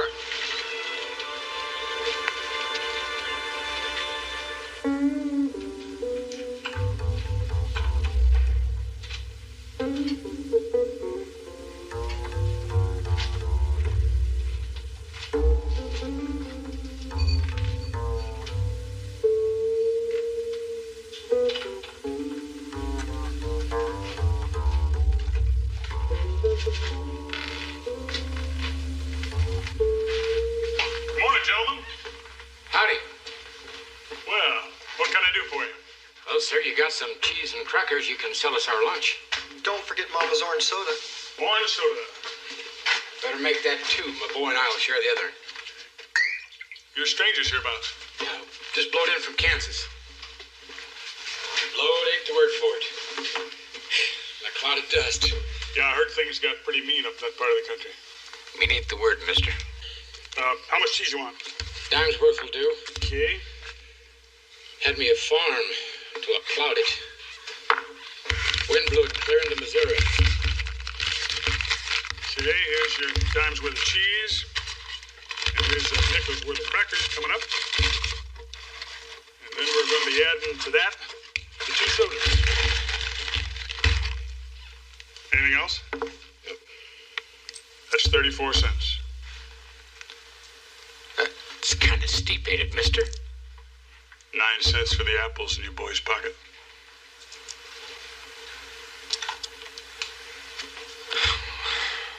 Some folks will do almost anything nowadays to help their family.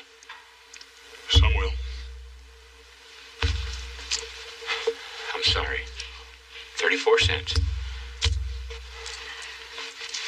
I'm sorry I took them apples, mister. I truly am. Fair enough.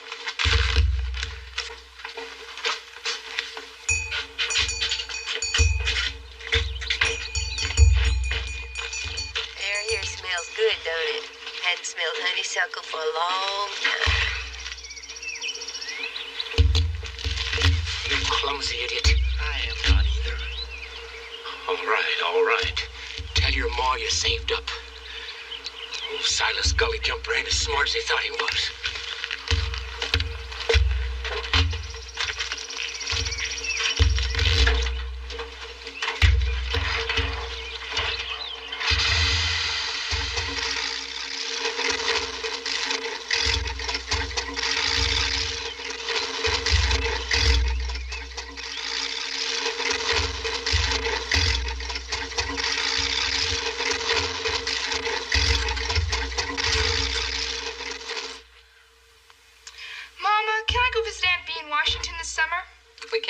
Train fare, Mary Ellen. I'm going to be 13 forever. And it's absolutely the worst possible time in a person's home. Some days I just hate to face the world. I like to just sit up in my room and not have to say a word to a soul. That's natural at your age. I'm going to die on Waltons Mountain and never see anything of the world but Charlottesville. Now, Sugar, I think it's time you found out the world is flat. 20 miles past Charlottesville, it just drops off into nothing. Oh, Daddy, it's not funny. You oughtn't to tease her like that. It's going so fast, Liv. Mm-hmm. Turn your back and they're growed up. You know, I'm thinking of giving this up. Tobacco's so expensive anyway. Good idea.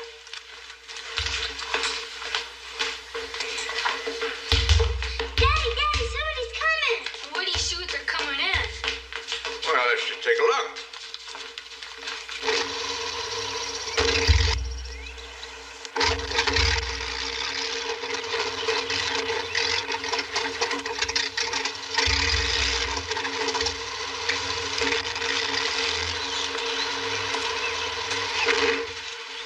What in the world? It's gonna rattle apart before it gets here.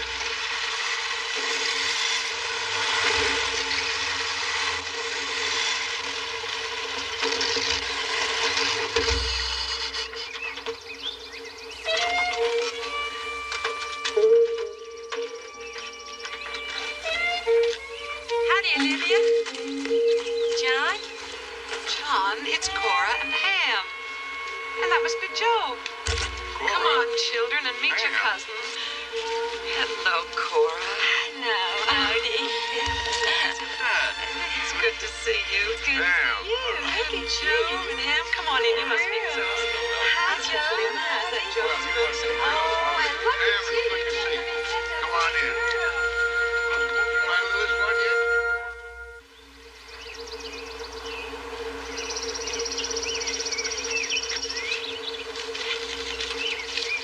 It's that old jalopy we saw at Ike's store. Yeah.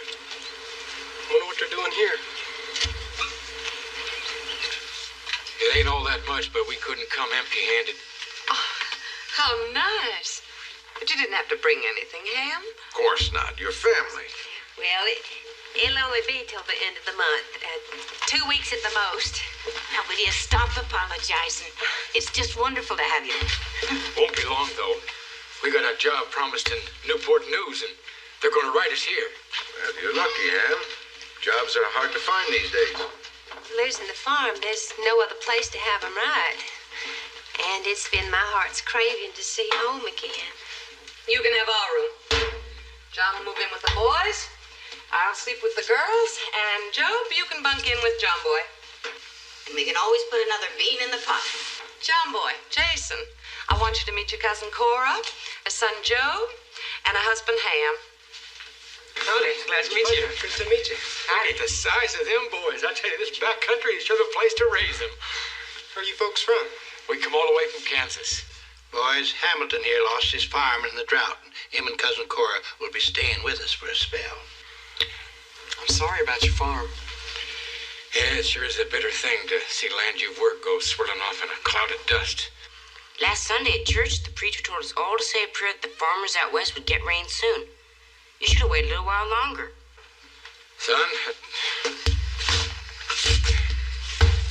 it's long come to mind that if God wanted to make it rain, he don't need us to ask him for it. Those things of yours off the car and inside where they can be stored. John Boy, you and the children help. Yes, ma'am. Sorry to be putting you out, John Boy. You're not putting me out. Go get the car unloaded and I'll show you the room. Where? Just take either side of the bed you want. Legs, no, never mind. I guess I'll just clear out a dresser drawer here for your things. And what things I gotta wear. Don't need a whole drawer full of extras, there is. You have a long trip from Kansas? Long enough. You must be pretty wrung out, huh? Look, you don't want me here no more than I want to be here. So forget the friendlies, huh? It's not so. You're welcome here. Uh-huh. Joe, Mom said to bring you this towel. Is that somebody's way of saying I need a bath? I haven't got that close to you. I wouldn't know. But if you do, help yourself. It's down the hall. Oh, and John Boy, Mama wants you to help bring in some string beans from the garden. Sure.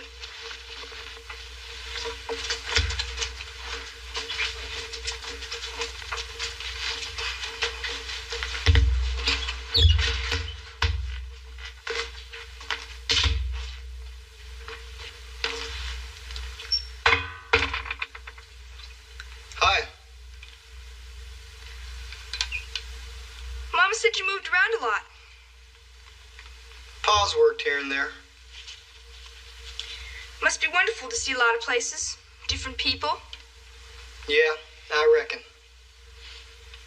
Ever been to Snowflake, Arizona? Never even heard of it. She said you lived in Pittsburgh once. And in Chicago. Des Moines, outside of Wichita. A few other places, too. Gosh, you've really been around. Yeah, I reckon. I've never been any further than Charlottesville. I've never met anybody who's traveled as much as you. Like you said, I've been around. Cousin Joe? Yeah?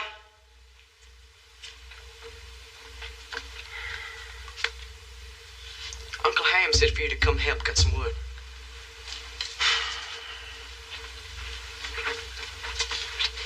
Maybe you better wait to take that bath. Which one are you? I'm Jason. How old?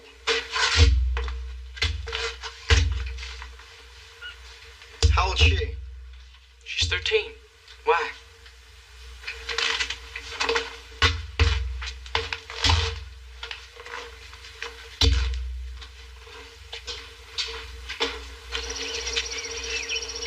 Jim Bob, that's Ken.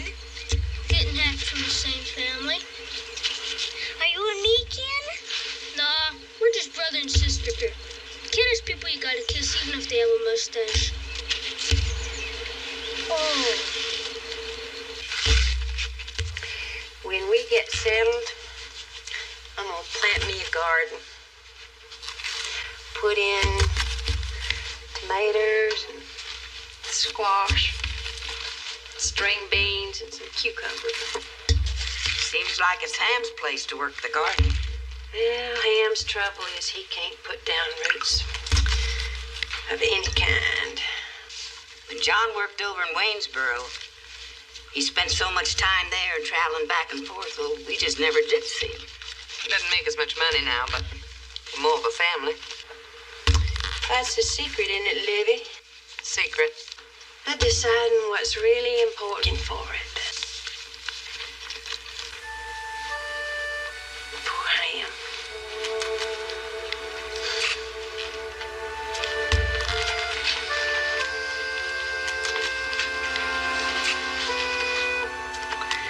My heavens, would you look at this Christmas cactus? It was covered with blooms up until a month ago. I had one with me when I went west, but it died along the way. They're a plant that don't need much attention. Easy to grow. They've got the right soil.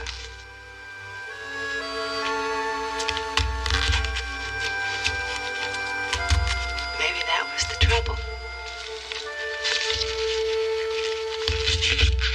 He left his pipe and tobacco? I think they're beside the radio. Remind him what time it is. He'll miss Burns and Allen if he doesn't get in here. Could be this line's got dirt in it. Yeah, the carburetor probably needs cleaning, too. Man in St. Louis tried to sell me a set of plugs. Well, we'll check them out in the morning. The Newport News. You know, for Cora's sake, though, I'd like to find something around here. Here's your pipe, Daddy. Mama says to remind you what time it is. We'll be right in, honey. You go warm up the radio. Okay. I tell you, John, you're blessed in a lot of ways. This house, all this land. How much acreage you got?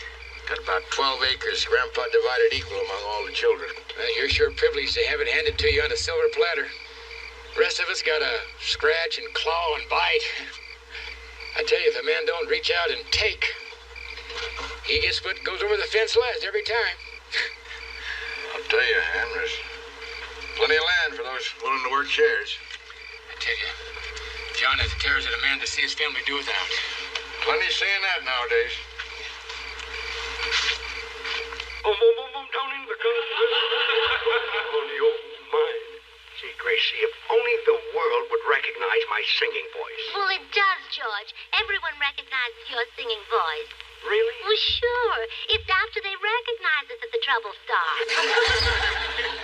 If for some reason my voice just doesn't seem to sell. Oh, lots of people think it does. Think it sells? Oh, sells? Oh, what fools they are. You have a beautiful voice. You really think so? Oh, yes. You sound like a nightingale singing out in the roses of the there. But I never get a chance. Yeah, I know, dear. Just like Jack said. Seems to me that using past failures as the seed for tomorrow's defeats is a poor waste of the garden of life God has given us. What happened? They tried to drown you out. Only it's worse than it sounds. They tried to drown you out in the swimming pool.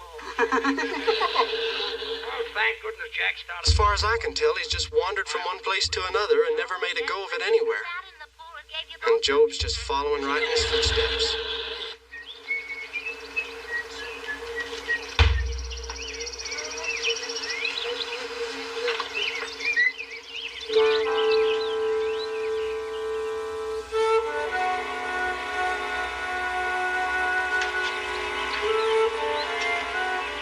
It's just rabbit tobacco.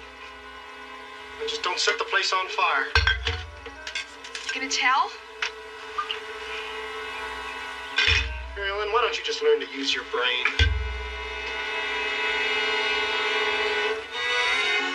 John boy, don't go away. I want you to help me speak to Grandma.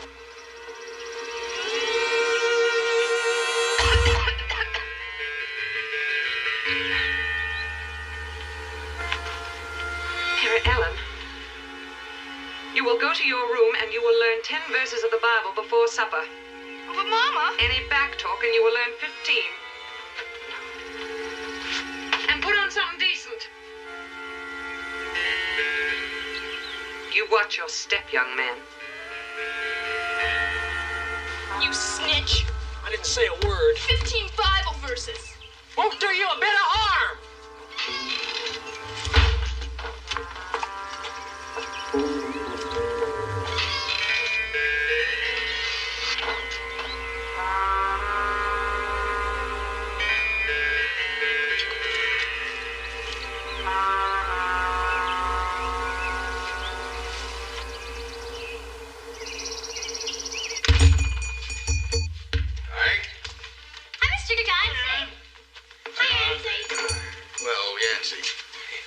Watch you meet Ham Denby. This is Ike Godsey, and over there's Yancey Tucker. Howdy. Howdy. Oh, Ike and me, we met. Head us the transaction. Oh, that bacon was yours. I thought so. No. Oh, you're wrong about that, Cousin John. I picked that bacon up coming through Kentucky. Ike, somebody must have your smoking secret over there in Kentucky. Are you kin to John? Yeah, he's married to my cousin Cora. You remember Cora, don't you? Cora? She the pretty little thing that went off to Kansas to live? Hey, Ike, Ham here is expecting a letter from Newport News, care us, and we were hoping you could keep your eye open for it. Glad to.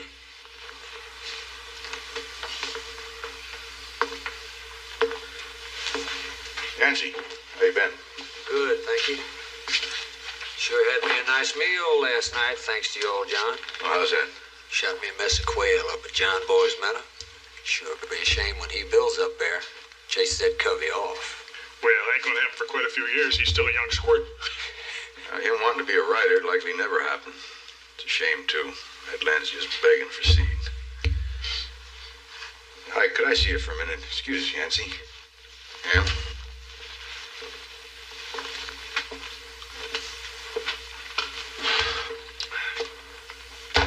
Seems to me I've seen you somewhere. No, I'm brand spanking new around these parts. I don't think so. What were you saying about that John Boy's meadow? Prettiest piece of land the Lord ever made. I understand old man Walton divided that up amongst all his boys. I believe that's what happened, yes, sir. I wonder what happened to Cora's daddy's portion. Well, I don't rightly know. I guess you'd have to ask old Mr. Walton about that. Mm-hmm. Ike, remember you said you needed rewiring done a while back? Yeah, I've still been wanting it cared for. Well, I'm going to have some free time the next few days. How about the day after tomorrow? Good. It's all safe to you, Ike. We don't have to have money change hands. I could take it out in groceries. It's okay by me, John. That way I can pay for some bacon we've been eating.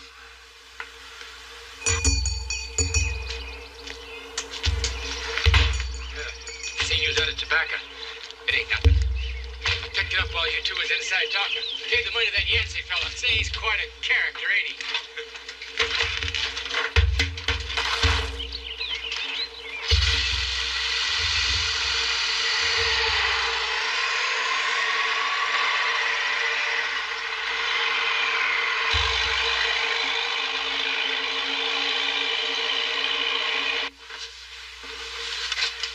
Ain't that just like John and Libby Walton? Take in kin, house and feed them when times are like they are. Yeah. I sure hope that business about bread cast upon the water's true. Yancey there at times, sad to say, when bread upon the waters comes back good for nothing except a soggy sandwich.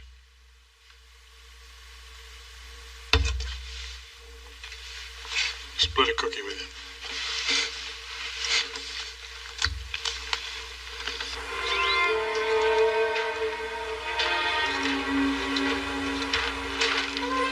Hey, Ben. Hey, you think that's gonna get off the ground? Sure it is. How'd you like to show a fellow the lay of the land around here? Any place you want to see special? A place called John Boy's Meadow. Come on, I'll show you.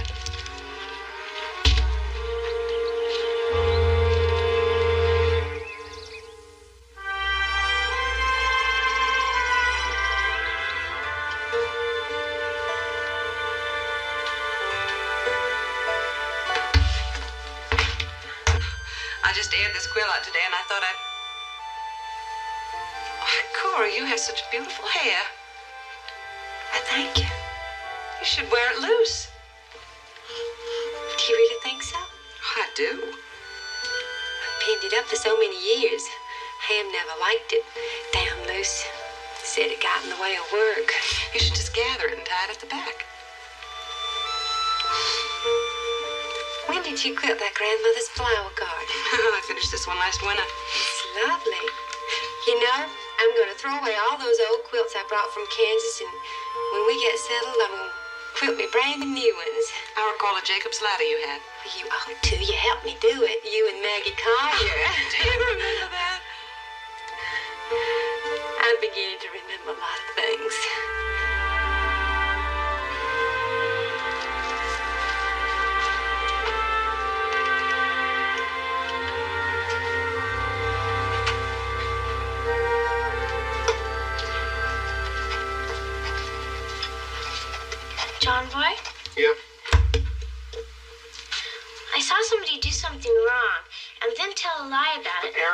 If you're going to be a tattletale, I don't want to hear it. But it's 'cause... Listen, said it right. Leave me out of it.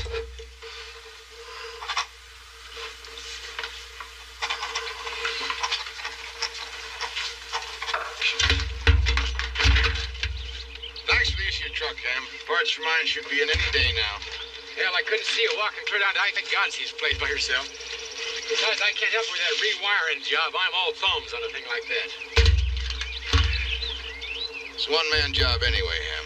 See you tonight.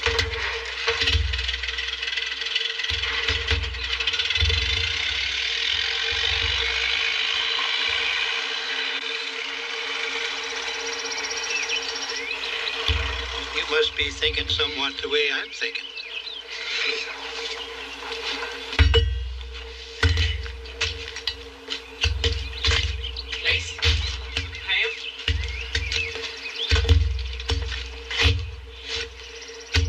Some hoeing, huh? Yep. And if you're looking for something to occupy yourself, I have a chore or two you could help out with. Surely. Libby's border there is in need of some manure. Petunias are doing poorly. You come along, I'll show you the manure.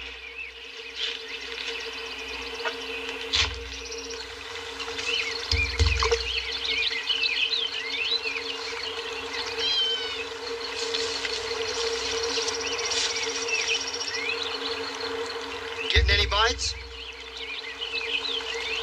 Long time of day, I guess.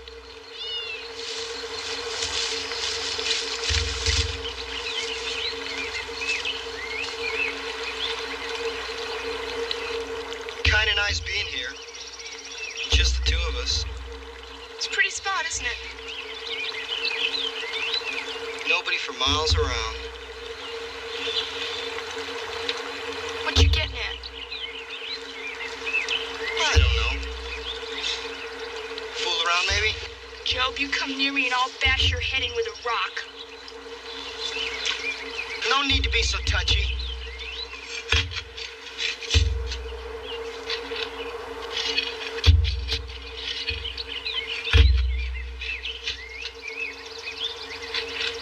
Uncle Ham, Little lady? if somebody does something wrong, the important thing is for them to set it right. Wrong been done? I saw you snitch that tobacco for Mike Godsey. Tucker fellow was standing right with me when I put that dime on the counter. Yancey was on the other side of the store when you took that tobacco. Well, now you are a real disappointment. I never thought I'd see a child of John and Livy's sass back, question their elders, same as call them a liar to their faces. But now listen, you go on, you clear out of here. And you're just lucky that I don't tell your pa. Now go on, clear out of here. Go on.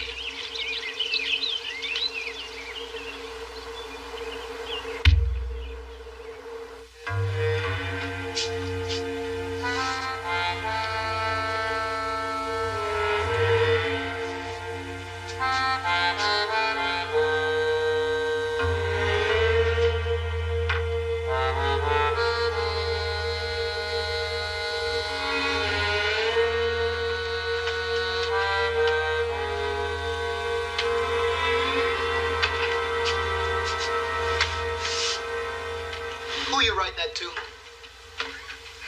Nobody. Then what'd you put it down on that tablet for? It's none of your business. You were writing about my pa. I was writing about a lot of people. You were writing about me and Ma and Pa. Okay, have it your way. You ain't got no right to think anything I want.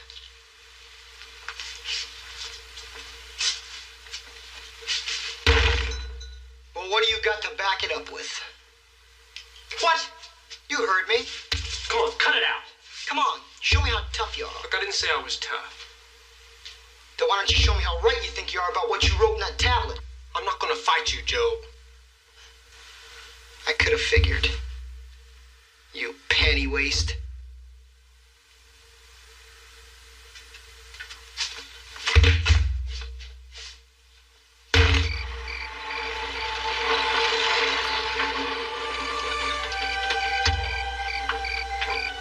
Hello, sweetheart. What you got there?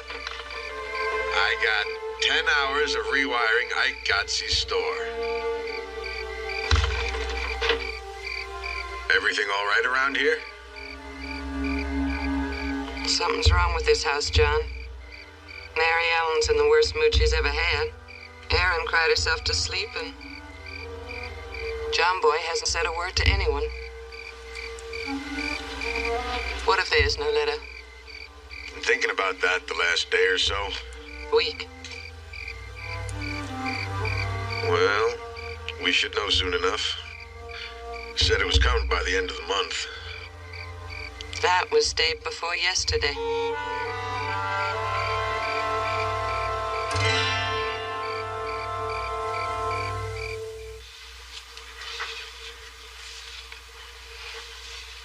That letter should have been here by now, Ham.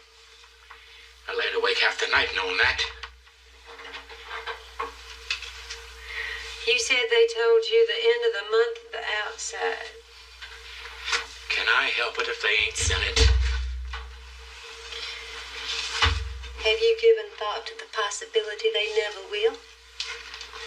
It'll come. But if it doesn't, if they don't ever write,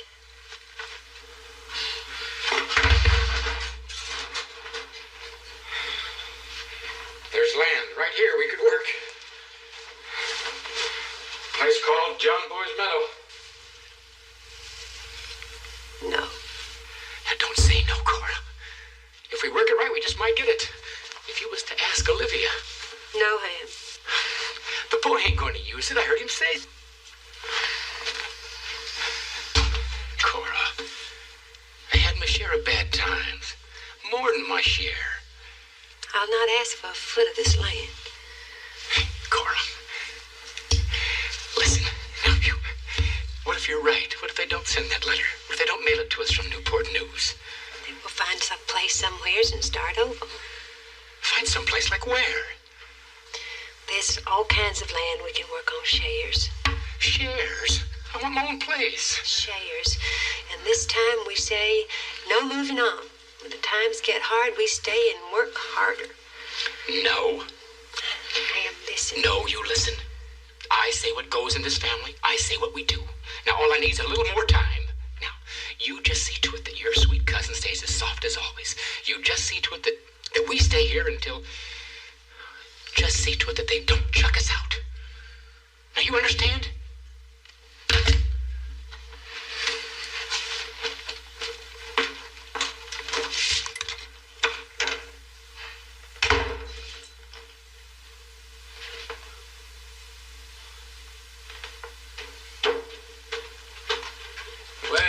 Like a bed's finally get up? Morning, Uncle Ham. How are you, John Boy? You betcha. Come on, pick some berries with us, Uncle Ham. Something going on between you two? He's a panty-waist. Now listen, this is not the time to start any trouble, boy. You understand? You understand? Yes.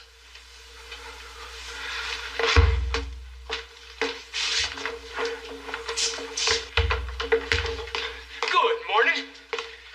Sit down, Ham. Let me fix you some breakfast. It'll be dinner time shortly. I'll just have some coffee. I'll fetch it myself. Oh, boy, that supper you two whipped up last night. That can last me easy till noon. Where's John got to? Oh, speak of the devil. Good morning, Ham. Morning, John. Let me give you a hand. What's on the fire, John? Fire? Yeah. Anything I can help with? Oh, no need for that, Ham. Oh, there's got to be a chore or two. I mean, I had such a great night's sleep last night. I'm just raring to go. Well, come to think of it. Ham, if you like, you can pick up a few things for me at Ike Godsley's. I'll be glad to, Grandma. You can check on the mail while you're there. You just write up the list and I'll go crank up the old flivver.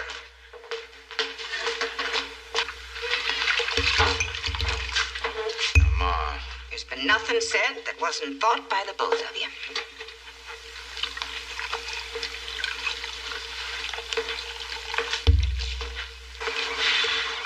Would your having done something made you believe any more firmly in whatever it was you wrote? No, sir. Would have made your cousin Joe believe what you wrote? Not likely. And fighting wouldn't have been the answer then, huh? got me marked down as a coward. It don't make no difference what he thinks. Are you a coward? What's the worst he could do to me? Break my nose? I guess that's some kind of an answer. I'm not afraid of him. And what difference does it make what he's got you marked down for?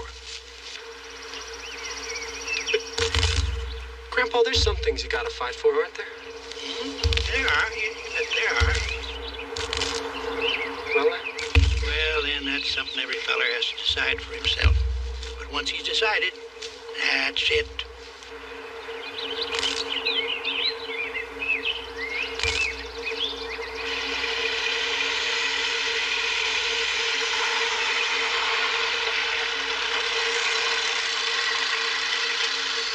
Wanted for dinner, so we just shot right back. I'm going to take him on inside.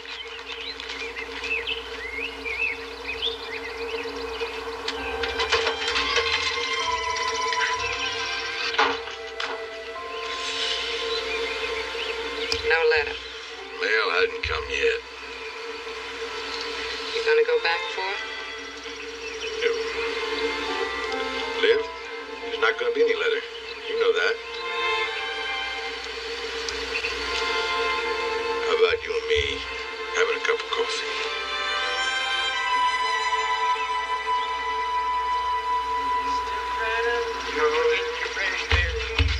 Your band, you take these in the house. Grandpa, I'm gonna milk the cow.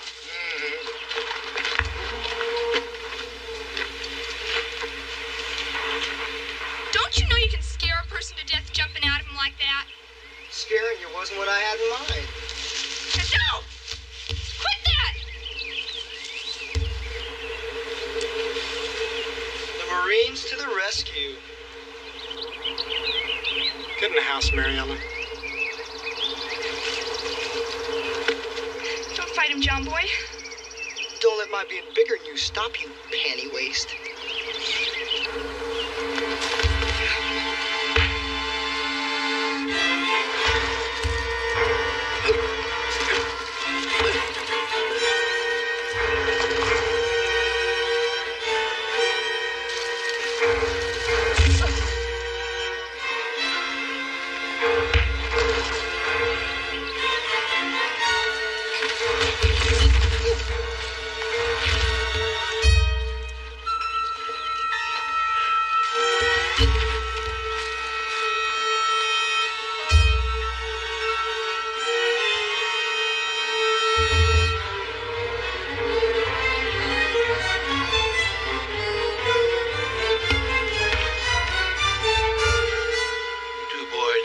Something special to account for the way you look.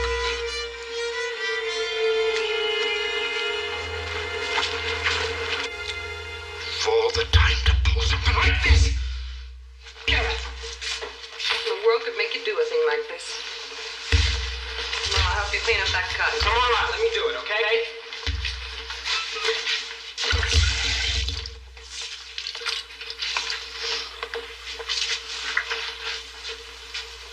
John Boy, you ready to tell us? Sure, I'm not. This is more than two youngsters fighting. Job, you got anything to say? I reckon not. My guess is it had something to do with what we was talking about in the strawberry patch. Wasn't that it, John Boy? What it was you wrote? What are you talking about, Grandpa? Well, it seems Job here took exception to something John Boy wrote in his tablets. It was all about us, Pa. About how he didn't think you were carrying your part of the load. And how you and me and Ma were a burden to everybody. How he didn't think there was any letter coming at the end of the month at all. Am I leaving anything out, John Boy? No, I reckon you just about said it all. We'll believe you. Cora. Not just yet. I've been meaning to bring up this subject about this little piece of land up in the mountain. These folks call John Boy's Meadow. Now just shut up, Cora. I've been talking to people here about Cora, and I came up with an interesting fact. That when that mountain was divided up, a share of the land, including John Boy's Meadow, was given to Matt Walton, your pa, Cora. When he died, it should have rightfully passed on to you, Cora. Ham, I want you to go start packing the truck. Cora, listen, are you out of your mind, woman? I'm not going to Don't let you turn your back and run off on this. This is your land. Matt Walton was a wanderer, Ham, didn't he? He had sand in his shoes like you. That was his land for a while, his birthright. He sold it back. And it's Grandpa's now, to do with what he will. Not mine. It's John Boy's to do with as he pleases. John Boy. No, Ham. We're through begging, crawling, failing, making excuses, running away, giving up. Cora, we're at the end of the road.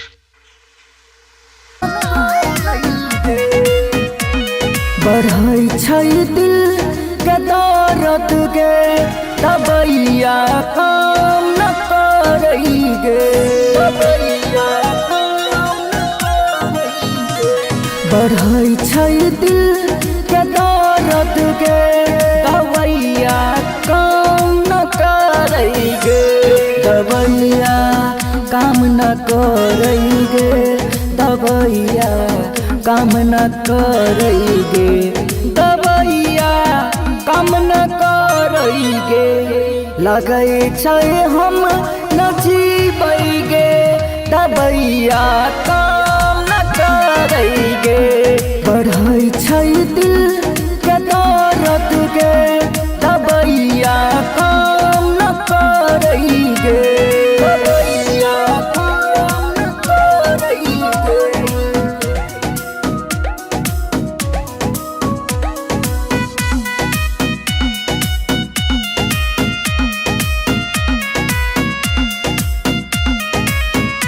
रोग दिल ही लगा ऐसा ये कबहू न छूटी गे ये कबहू न छूटी गे काम करे नहीं अब तक कोनो जड़ी बूटी गे कोनो जड़ी बूटी गे ओढ़निया के कफन मागे ओढ़निया के कफन मागे ओढ़निया के कफन मागे मरला पे ओढ़निया के कफन मा ओढ़ा के जोइएगे बढ़ई छै दिल के दर्द गे दबैया काम न करई गे दबैया काम न करई गे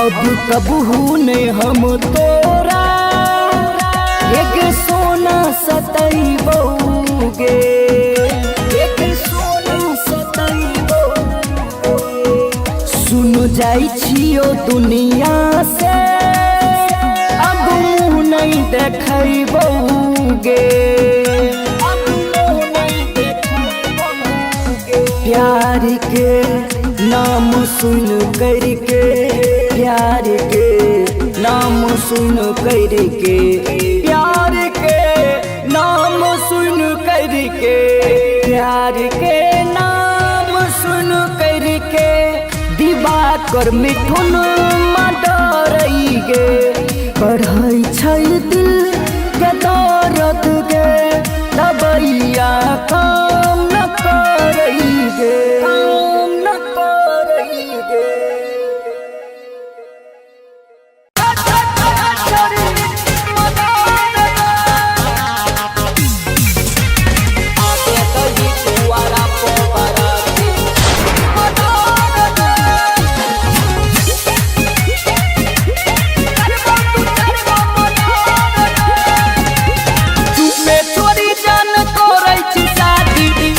चोरी जान करै छी शादी कलही नहीं हमरा खबर के कलही नहीं हमरा खबर के आबे दही तुआरा पो बराती करबो तू करबो मडर के आबे दही तुआरा पो बराती करबो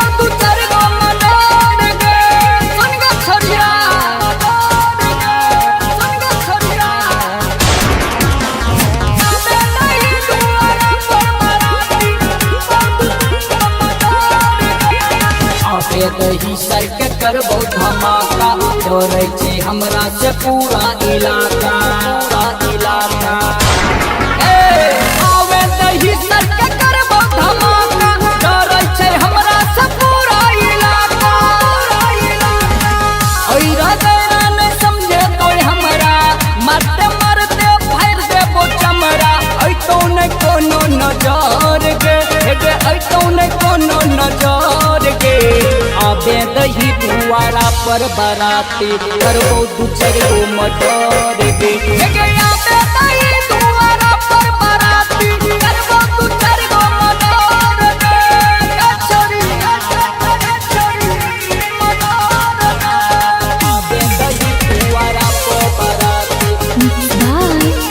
मनी मस्ताना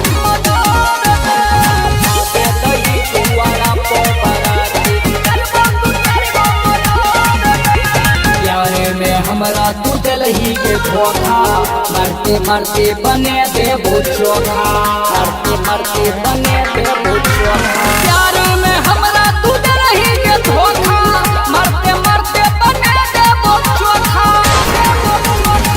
पीके अइबो हम दारू के तारी, करबो जान हम फूल रंगदारी।